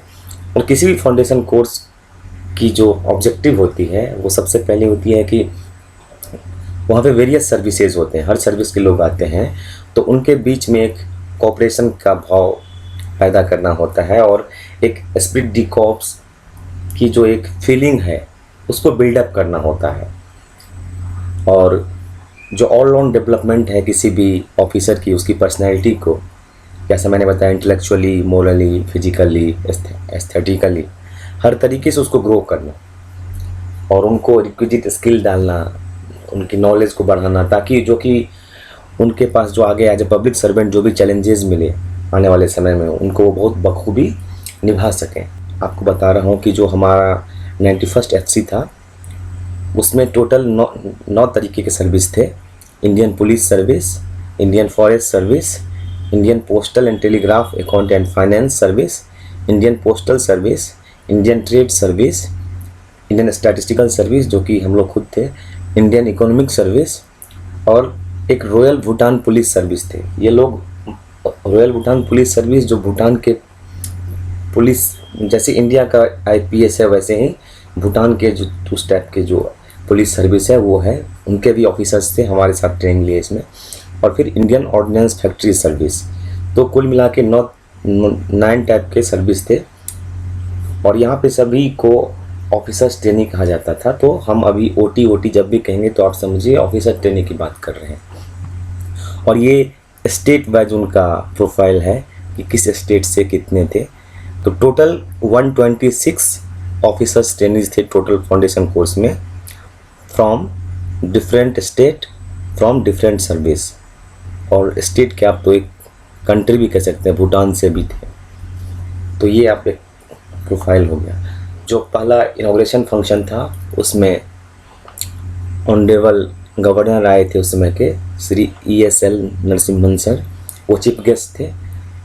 तो जैसा कि इस पूरे मॉड्यूल में मैं आपको फ़ोटोग्राफ्स ज़्यादा दिखाऊंगा ताकि आप फील कर सकें इसको, एक वर्चुअल ट्रेनिंग की तरह आप इसको फील कर सकें, क्योंकि इसमें बोलना बहुत कम ही होगा। इसमें हम एकेडमिक्स की बात करते हैं तो इसमें पढ़ाई भी होती है, जैसा कि स्किल आपको जानना है, नॉलेज देना है। तो इसमें लॉ की पढ़ाई होती है, पब्लिक एडमिनिस्ट्रेशन की पढ़ाई होती है, इंडियन हिस्ट्री एंड कल्चर होता है, political concepts and constitution of India की पढ़ाई होती है, मैनेजमेंट एंड बिहेवियरल साइंस इसकी भी जानकारी दी जाती है। और ये सारी चीज़ें कहीं ना कहीं एक ऑफिसर के लिए बहुत ही ज़रूरी है ये सब नॉलेज को जानना। फिर लैंग्वेजेस में जो लैंग्वेज आप, जैसे आप हिंदी भाषी क्षेत्र से हैं तो हिंदी को छोड़ करके जो हमारे और सारे भारतीय भाषा हैं उनको सीखिए। तो मैंने तेलुगु सीखा था, मुझे तेलुगु आता भी था क्योंकि मैंने कक्षा 6 क्लास से आई थिंक 9th क्लास तक मैंने तेलुगु पढ़ा था। तो इसलिए मेरे लिए वो बहुत आसान था तेलुगु सीखना और समझना। और एक इंफॉर्मेशन एंड कम्युनिकेशन टेक्नोलॉजी, तो ये सारे सब्जेक्ट्स का वहाँ पढ़ाई होता है। और अच्छे से जो भी पढ़ाते हो वो बहुत नामी गिरामी हस्ती होते हैं, वो ऑलरेडी या तो प्रोफेसर्स होते हैं, एकेडमिशियंस होते हैं, या फिर जो ब्यूरोक्रेट्स होते हैं। ये आप देखिए किस तरीके से क्लास चलता है कि 75 मिनट्स का ड्यूरेशन होता था। और ये एक तरीके से आपको आइडिया देगा कि कितना बिजी शेड्यूल होता था कि सुबह 6 बजे से लेकर 7 बजे आपको पीटी के लिए उठना है, फिर ब्रेकफास्ट, फ्रेश होने के सारे 9:30 से लेके 10:45 फर्स्ट सेशन, ऐसे ही चलते रहता है। बीच में टी ब्रेक, लंच ब्रेक आता था और अराउंड 5 PM आप फ्री होते हैं। और उसके बाद फिर आप खेलते हैं। उसके बाद फिर डिनर से पहले प्री डिनर सेशन होता है जो कि बहुत अच्छा होता था, जिसमें जो डिग्निटरीज आते थे और वो बहुत अच्छी बात बताते थे। टॉपिक डिसाइडेड होता था, उस पर वो लोग लेक्चर दे के जाते थे। और आप अपने आप को बहुत प्रिविलेज फील करते हैं वहाँ पे, क्योंकि जो उन लोगों का टॉक होता था उसमें आप हर दिन कुछ न कुछ नया सीखेंगे। वो अपने एक्सपीरियंसेस शेयर करते हैं, उससे भी बहुत कुछ आप लर्न करते हैं। तो ये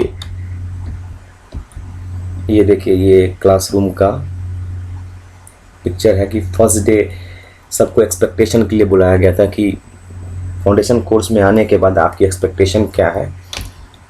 और ये आपका क्लासरूम का पिक्चर है। So this is all about the academics, it is much about the festivities also. तो आप ये फोटो देख सकते हैं, यहाँ पे ओणम का सेलिब्रेशन किस तरीके से हुआ था। और ये गणेश चतुर्थी जो होता है उसके पूजा का ये है। तो आप अनुमान कर सकते हैं कि लोग एक दूसरे से कितना घुल मिल जाते हैं और ये दोस्ती ताउम्र कायम रहती है। हमारे पास जैसे 4 मेंबर थे, उसमें केवल हमारे पास 2 ही मेंबर थे। तो हमारी सोसाइटी जो थी management hobbies and ECM society, उसके रिसोर्स भी कम थे। 1 सेक्रेटरी जो कि मैं खुद था और 2 मेंबर थे, वो दोनों भी ISS के ही थे। तो यहाँ पे मैं दिखाना चाह रहा हूँ कि जो सोशल सर्विस क्लब हैं उन्होंने भी बहुत अच्छा काम किया था।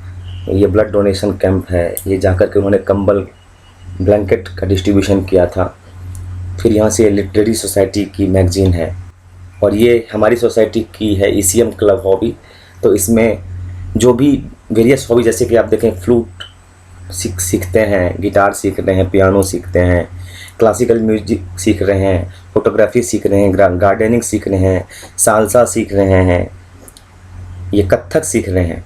तो इसमें क्या होता है कि एक आपको ज़िंदगी में कोई ना कोई एक हॉबी रखना चाहिए, क्योंकि हॉबी के बिना लोग अकेला हो जाता है कभी ना कभी। तो इस चीज़ को मानते हुए इस फाउंडेशन कोर्स में आपके हॉबी को ग्रो किया जाता है।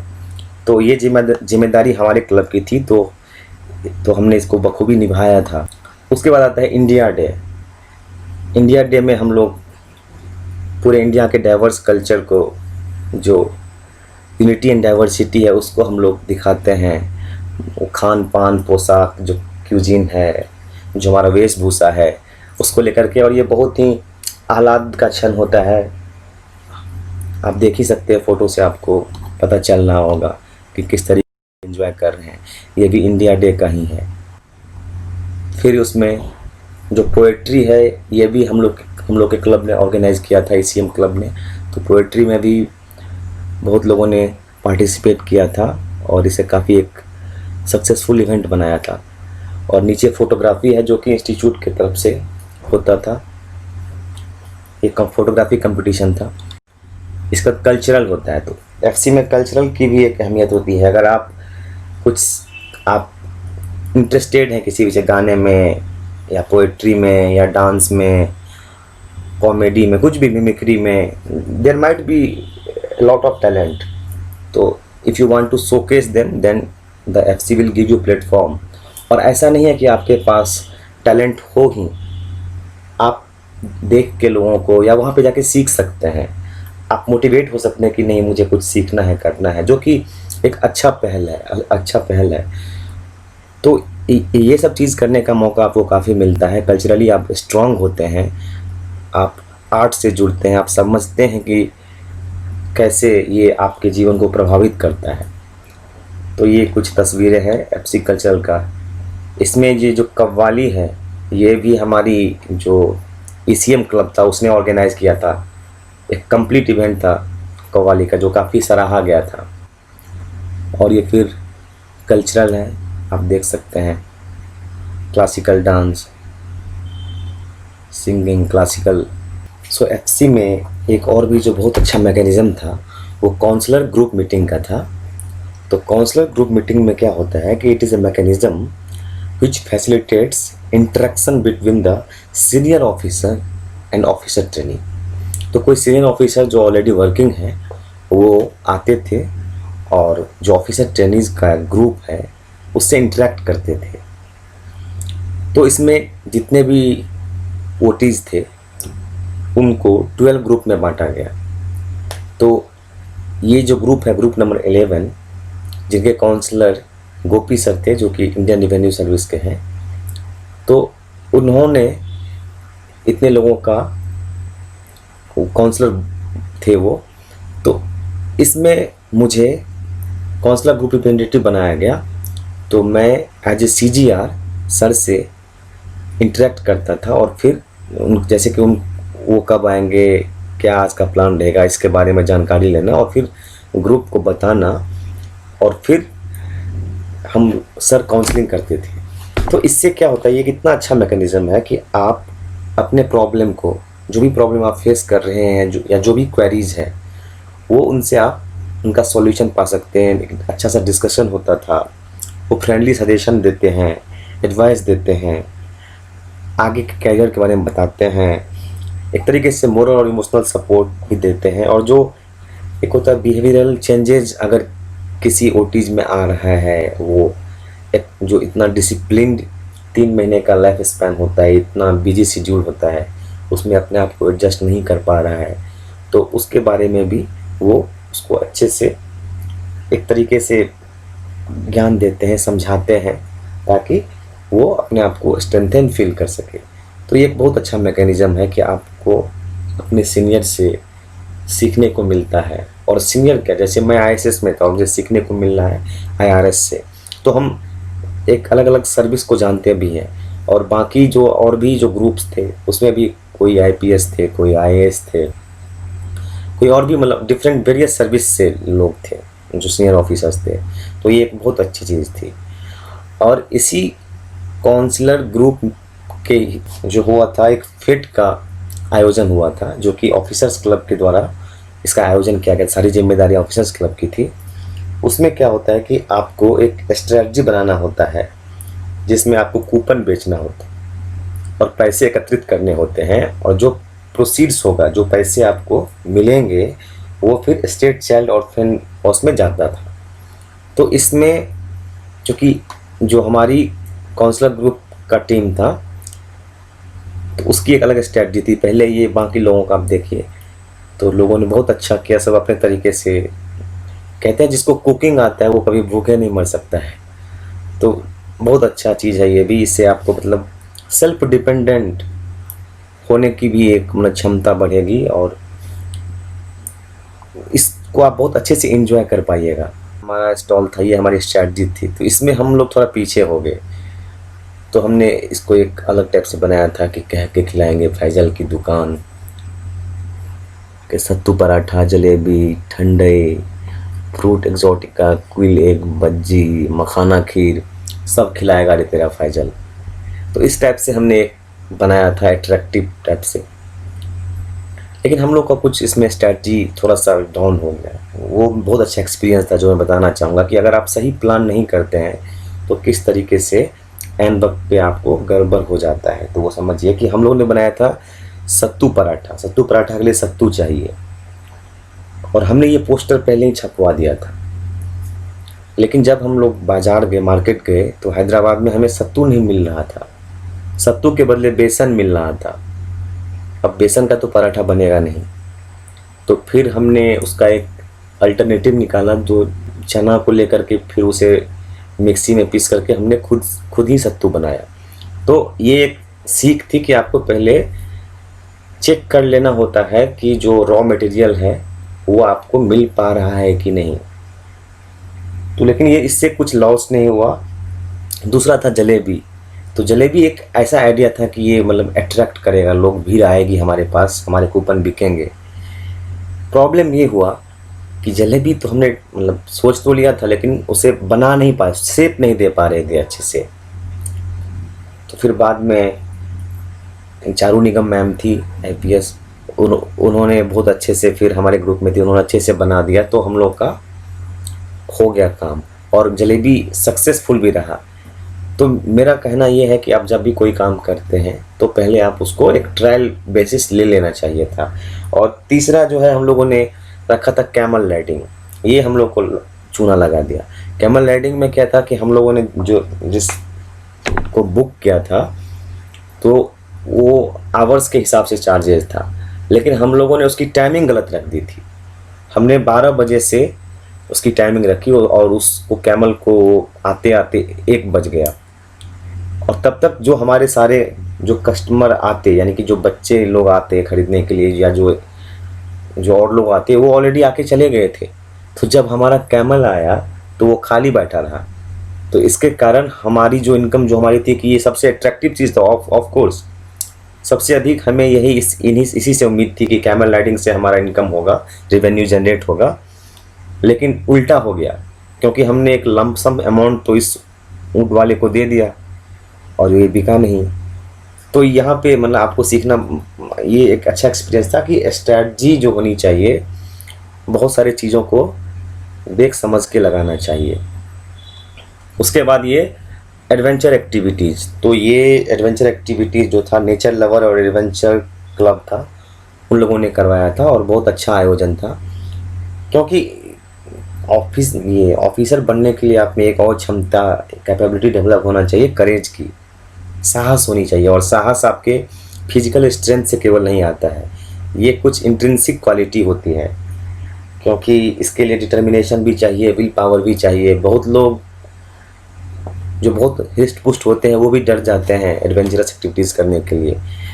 तो मतलब फिजिकल एक्टिविटी से, फिजिकल अपीयरेंस से इसका कोई लेना देना नहीं है। इट्स अ काइंड ऑफ आपका इंडोमिटेबल विल पावर है या नहीं। तो इसमें माउंटेन क्लाइंबिंग वगैरह, जैसा कि आप देख रहे हैं इन तस्वीरों में, तो ये बहुत ही इंटरेस्टिंग था हैदराबाद में एडवेंचर एक्टिविटीज़। और उसके बाद स्पोर्ट्स की बारी आती है, और स्पोर्ट्स में हर तरीके के स्पोर्ट्स हुआ था। इसमें बाईसाइकिल राइडिंग वाला हुआ था। तो ये मुझे अभी समझ में आ रहा है कि ये कितना अच्छी चीज़ थी। मुझे ना तो बाइक चलाने आता है, ना कार चलाने आता है, तो जबकि बाईसाइकिल आता है चलाना। और this is the only experience I was having with bicycle. Hyderabad में मैंने नेकलेस रोड पे इस एफसी के कारण चलाया था। तो इट विल बी हेल्पफुल। हो सकता है अभी जैसे कोरोना का चल रहा है प्रॉब्लम, तो मैं इस साइकिल का बाईसाइकिल का यूज़ कर सकता हूँ। तो मैं जस्ट एक एग्जांपल दे रहा हूँ द लाइटर नोट। तो यहाँ पे ये क्रॉस कंट्री रन था। यहाँ पे आप देख सकते हैं कि बैडमिंटन के दिग्गज महान खिलाड़ी पुलेला गोपीचंद सर वो आए थे जब हमारा स्पोर्ट हुआ था। ये गच्चीबौली स्टेडियम वहाँ पे है, बहुत ही अच्छा स्टेडियम है। तो वहाँ पे हर तरीके की स्पोर्ट्स एक्टिविटीज़ होती है। तो जो लोग फिजिकली स्ट्रांग हैं उनके लिए बहुत शोकेस करने का मौका होता है, अपॉर्चुनिटी होती है, और जो नहीं है वो सीख सकते हैं। तो इसमें सबसे बड़ी बात है कि आप हारो जीतो लिटरली कुछ फ़र्क नहीं पड़ता है, it doesn't make any difference. The thing is you have to participate. होता है ना, जो आपको अगर पार्टिसिपेट करेंगे तो हो सकता है आपको धीरे धीरे एक मोटिवेशन जगे कि नहीं ये अच्छी चीज़ थी, सीखनी चाहिए थी, या मुझे करना है। फाउंडेशन कोर्स के बाद जाकर के फिजिकली फिट होना है, ये भी हो सकता है एक मोटिवेशन। तो ये एक बहुत फिजिकली आप फिट रहेंगे तभी आप मेंटली भी फिट रहेंगे। होता है ना, आप देख ही रहे हैं कोरोना भी आया हुआ है, तो मतलब स्वास्थ्य कितनी अहमियत रखती है किसी के जीवन में। तो इसलिए ये फिजिकल एंड्योरेंस के लिए ये सारी चीज़ें थी। ये देखिए क्रिकेट के लिए रिले रेस हो रहा है, जेवलिन थ्रो, डिस्कस थ्रो, ये रनिंग, ये ऊंची कूद, ये मैं भी कूद रहा हूँ इसमें।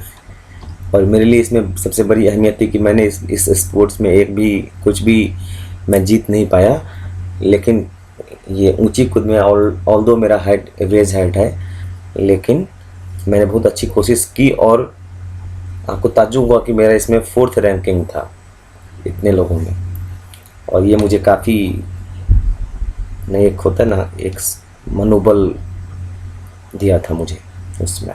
ये देखिए जो विनर्स हैं सारे गोल्ड मेडल जिन्हें मिला हुआ है। So it's a very pride moment कि आपको पुलेला गोपीचंद सर जैसे लोगों से मिलने का मौका मिला। उन्होंने भी अपना बात रखा कि किस तरीके से फिजिकल फिटनेस बहुत ज़रूरी है। These are all the photos, और ये सारी यादें हमारे साथ ताउम्र रह जाएंगी। कैसे कैसे मतलब एस्थेटिक सीन्स हैं यहाँ पे, नेचुरल ब्यूटी आप सीधे सीधे आप देख सकते हैं। ये देखिए चाय की बागान,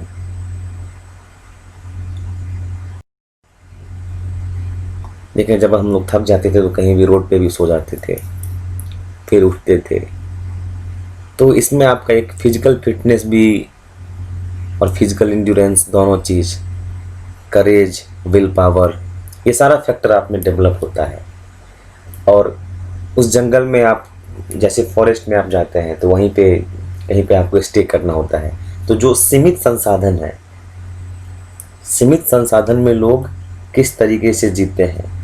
हो सकता है कहीं पे मोबाइल का टावर आपको नहीं मिल रहा हो, शाम हो जाए, आगे आपको पता चला कि आप पग मार्क देख लिए कोई टाइगर का, ऐसे ही डर जाएंगे।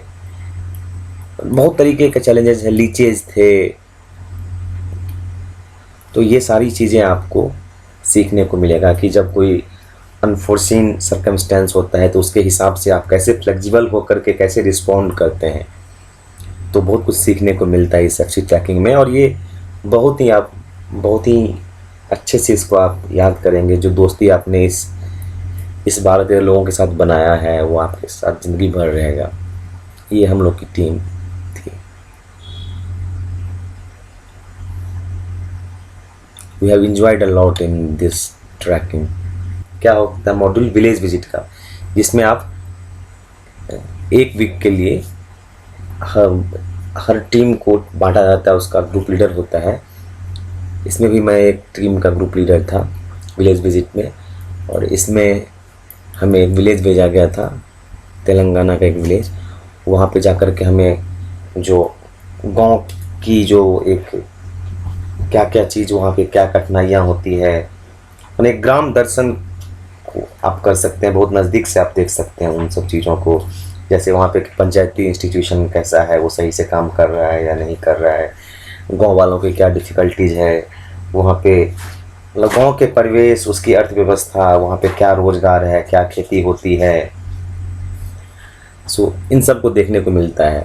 वहाँ पे ये स्वच्छता अभियान भी हम लोगों ने किया था, तो यहाँ का एक अलग ही एक्सपीरियंस आपको पता चलेगा। क्योंकि मैं भी एक गांव से हूँ, तो लेकिन वो गांव बिहार में है, तो वहाँ का बिहार के गांव को और एक तेलंगाना के गांव को आप देख सकते हैं। उस दोनों के बीच में एक सिमिलरिटी कुछ निकाल सकते हैं, कुछ डिसिमिलरिटी निकाल सकते हैं, कुछ आप यहाँ से सीख सकते हैं जो आप चाहेंगे कि अपने गांव में इम्प्लीमेंट करना। तो ये सारी चीज़ें हैं। इसका भी बहुत अच्छा एक्सपीरियंस रहा। ये यहाँ पे आंगनबाड़ी के लोग हैं, उनके साथ हम लोग की परिचर्चा हो रही है। ये गांव के जीवन की फाका मस्ती है यहाँ पे। ये जो स्कूल होता है मिड डे मील, तो उसके समय का है, तो बच्चों के साथ हम लोग इंटरेक्ट कर रहे हैं।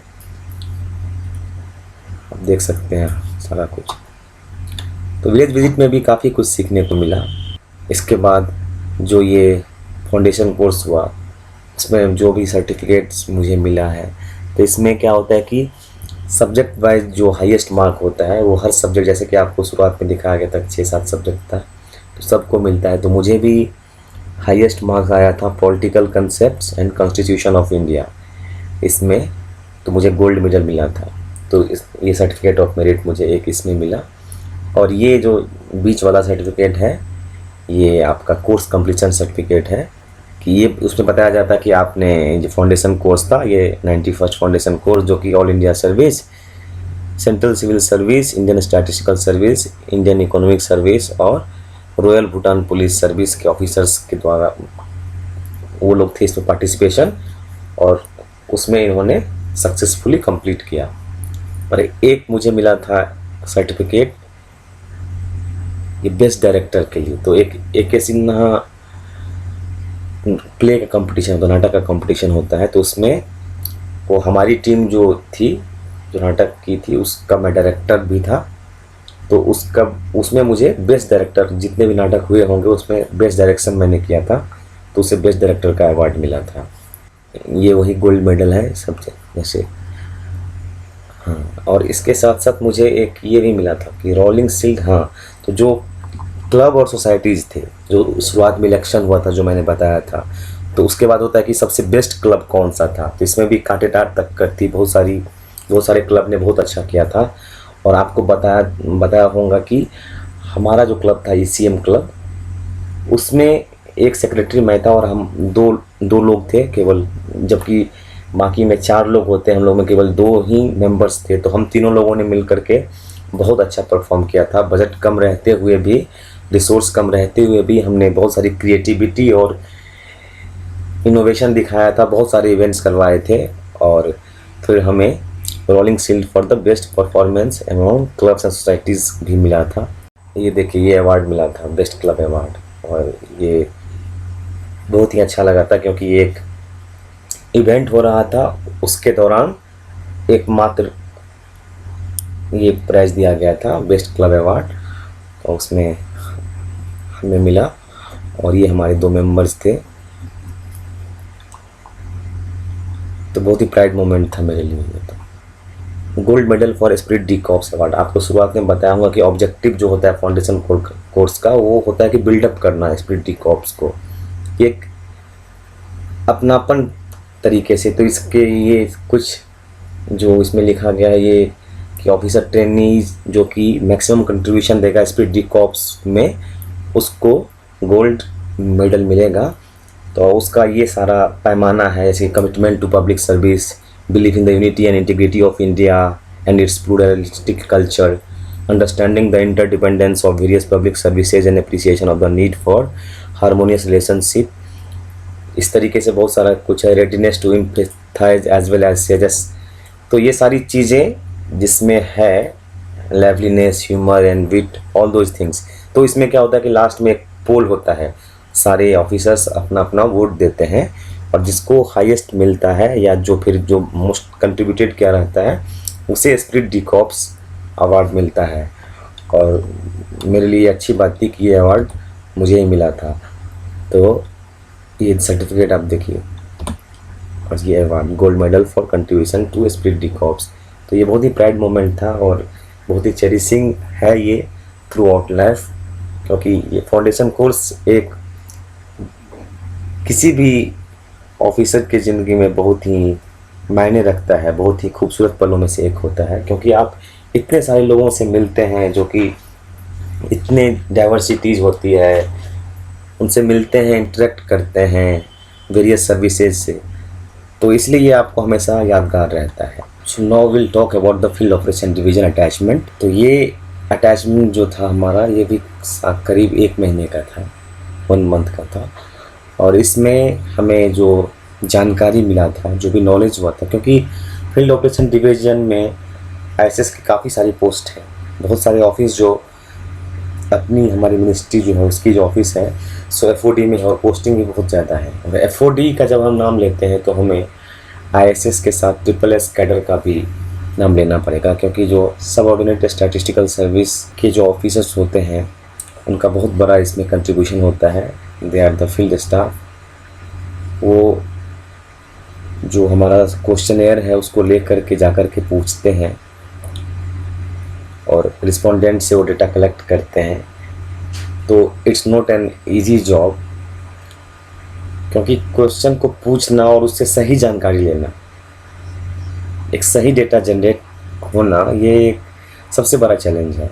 और they are doing this role बहुत तन्मयता के साथ, बहुत इंटीग्रिटी के साथ करते हैं। और डेटा आप किसी से भी डेटा लेते हैं तो उसमें बहुत सारे बायस क्रिप हो जाता है। तो आप ये जो डेटा लेने की जो एक प्रोसीजर है, it's not only a science, it's art as well as science, and I can say it's more of art than science. So ये सारे लोग बहुत ही प्रोफेशनली, बहुत अच्छे तरीके से अपनी ड्यूटी को निभाते हैं। तो FOD जो होता है उसमें हम लोग को सारा कुछ बताया गया, ग्राउंड रियलिटी बताई गई, जाकर के हम लोग फील्ड में गए, वहाँ पे पता चला कि कैसे कैसे क्या हमारा सर्वे होता है, उसमें क्या कौन कौन क्वेश्चनेयर होते हैं, उसमें क्या क्या डेटा कलेक्ट करते हैं।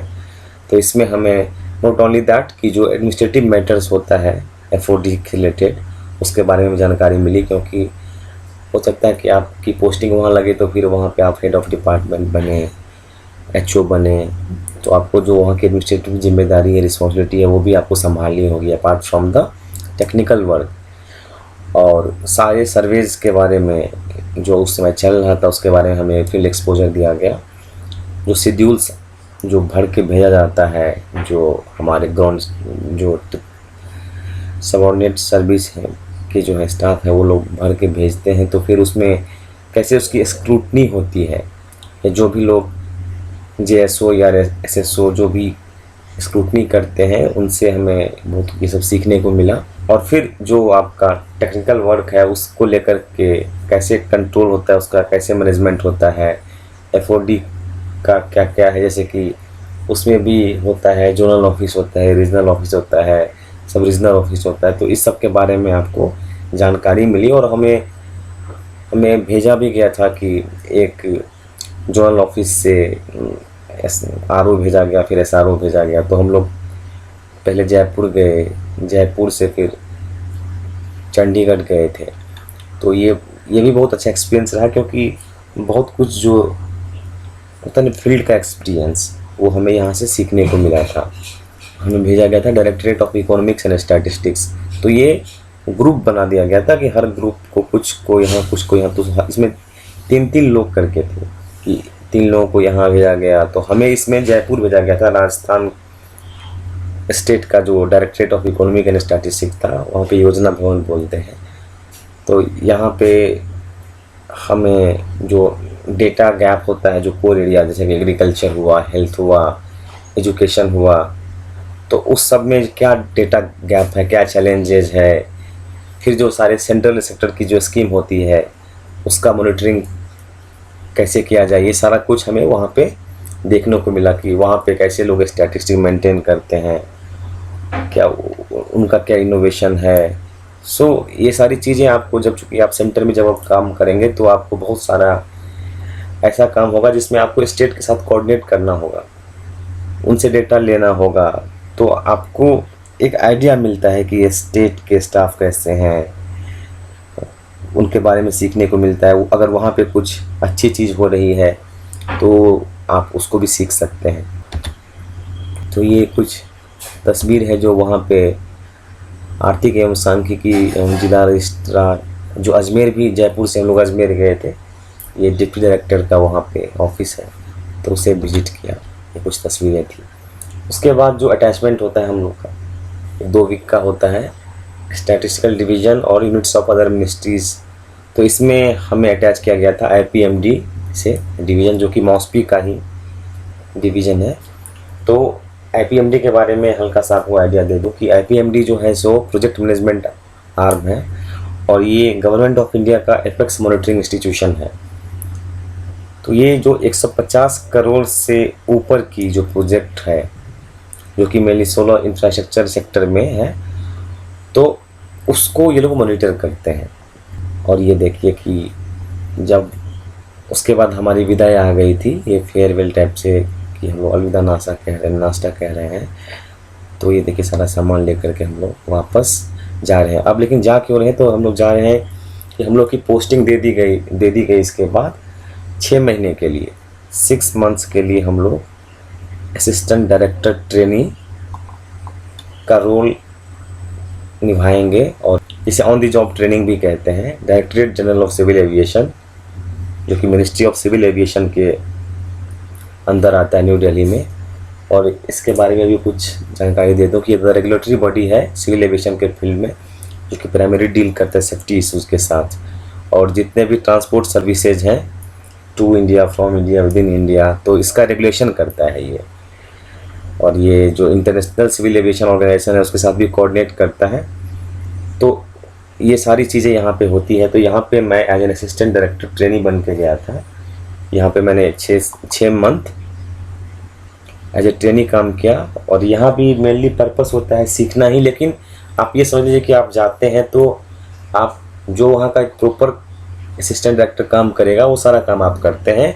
और होता है ना, लर्न करना, काम करते करते ही आप लर्न करेंगे, कुछ ऐसा ही सिचुएशन होता है यहाँ पे। और आपको बहुत चीज़ें सीखने को मिलती है, जो एक्चुअल जो अभी तक आपने जो कुछ भी सीखा, कम्युनिकेशन स्किल, प्रेजेंटेशन स्किल, किस तरीके से हम कन्विंस करें, किस तरीके से आप बात को बढ़ाया जाए, कैसे हम टेक्निकल वर्क जो आपने IT का इतना कुछ सीखा, ऑफिशियल स्टार्ट से इतना कुछ सीखा, ये सारे चीज़ को एग्जीक्यूट करने का ये टाइम होता है।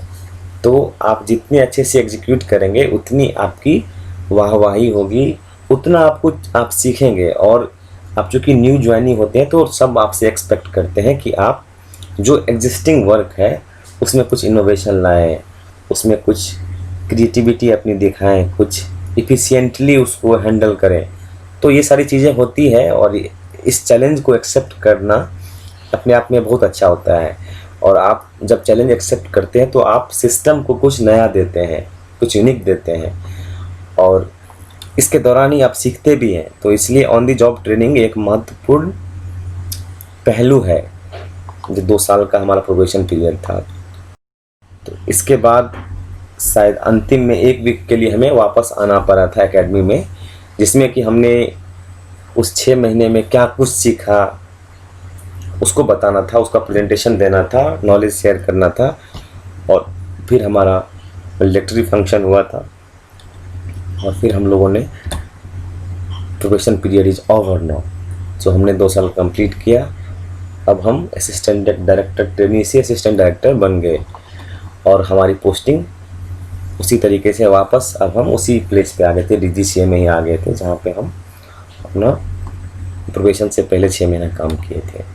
तो अब जैसा कि मैंने शुरू में ये दिखाया था कि हमने लगभग सारा ये चारों जो बकेट था वो सारा बकेट कंप्लीट कर लिया। तो लेकिन कुछ चीज़ें और बता देता हूँ कि जो नया जो चेंज हुआ है, जो मैंने शुरुआत में बोला था कि बहुत सारा मॉडिफिकेशन हुआ है, तो उसमें एक नया चीज़ जो ऐड हुआ है वो है फॉरेन अटैचमेंट। तो अब क्या होता है कि अब जो जो हम लोग के बाद का बैच था, उन लोगों को फॉरेन अटैचमेंट ले जाया गया, और जो उससे एक क्या होता है, आपको एक्सपोजर मिलता है। आप देखते हैं कि दूसरे देश में किस तरीके से स्टैटिस्टिकल सिस्टम है, और उससे आप लर्न करके यहाँ पे आते हैं तो बहुत कुछ आप सिस्टम को दे सकते हैं, ऑर्गेनाइजेशन को बहुत कुछ दे सकते हैं। तो ये एक नया पहल था और बहुत ही प्रशंसनीय पहल है। उसके अलावा जो अभी नई नई टेक्निक्स होती है, जैसे डेटा माइनिंग टेक्निक है, और बिग डेटा का बहुत ज़्यादा अभी बज़वर्ड है, तो ये सारी ट्रेनिंग भी अब प्रोबेशन में उसको इंक्लूड किया गया है। तो क्योंकि बिग डेटा आजकल धीरे धीरे सबको आना ही चाहिए, हडूप वगैरह और दोज थिंग्स, सो ये भी अब ट्रेनिंग में इंक्लूड किया गया है। तो जिस तरीके से, चूँकि एक टेक्निकल सर्विस है, तो you have to keep yourself updated with the advance technology what is going in the outside world.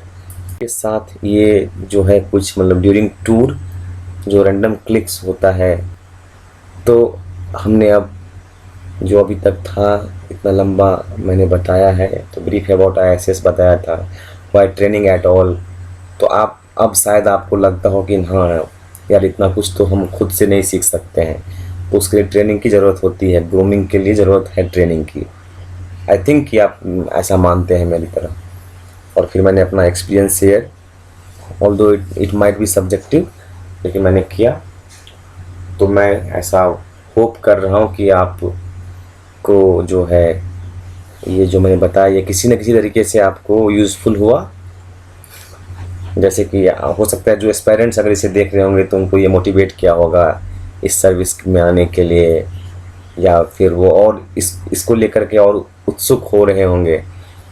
दूसरा कि आप इन जनरल अगर आप ना एस्पायरेंट हैं, ऐसे ही आपको इनकाउंटर हो गया इस वीडियो से, तो आप बहुत कुछ आपकी अवेयरनेस बढ़ी होगी। आप जान रहे होंगे कि इतने सारे इंस्टीट्यूट होते हैं, ऐसे ट्रेनिंग दी जाती है, और क्या क्या होता है, बहुत सारा टर्म आप जाने होंगे, टेक्निकल टर्म्स। और अगर आप ऑलरेडी सर्विस में हैं, चाहे इस सर्विस में है या किसी भी सेंट्रल सर्विस में है और इंडिया सर्विस में है, तो आप जो आपका जो ये 2 साल का प्रोबेशन पीरियड हुआ होगा, FC हुई होगी, तो उस मेमोरी को आप चेरिश कर सकते हैं। और अगर आप यंग स्टूडेंट्स हैं, 9th 10th 11th 12th में हैं, तो आप इस चीज़ को, एक तो स्टैटिस्टिक्स को एज एन ऑप्शनल आप ले सकते हो, क्योंकि ये बहुत ही डिमांडिंग फील्ड है, बहुत ही ज़्यादा इसमें करने के चांसेस हैं, ठीक है। और दूसरी बात, उस स्टार्ट्स में आकर के आगे बढ़ के अगर आप गवर्नमेंट सर्विस में, सिविल सर्विस में आना चाहते हैं, तो Indian statistical service is a very good option for you. It will give you very good career prospects also, और बहुत कुछ सीखने को मिलेगा। ये एक तरीके का मोनोटोनस जॉब नहीं है, बहुत ही चैलेंजिंग जॉब है। हर दिन आपको खुद से संघर्ष करना पड़ेगा, बहुत सारे चैलेंजेस हैं अगर आप करना चाहते हैं तो। अगर कोई क्वेरी है, कोई फीडबैक है, और हाँ फीडबैक, तो मैंने कम्युनिकेशन स्किल में बताया था कि फीडबैक जो है सो बहुत ज़रूरी है।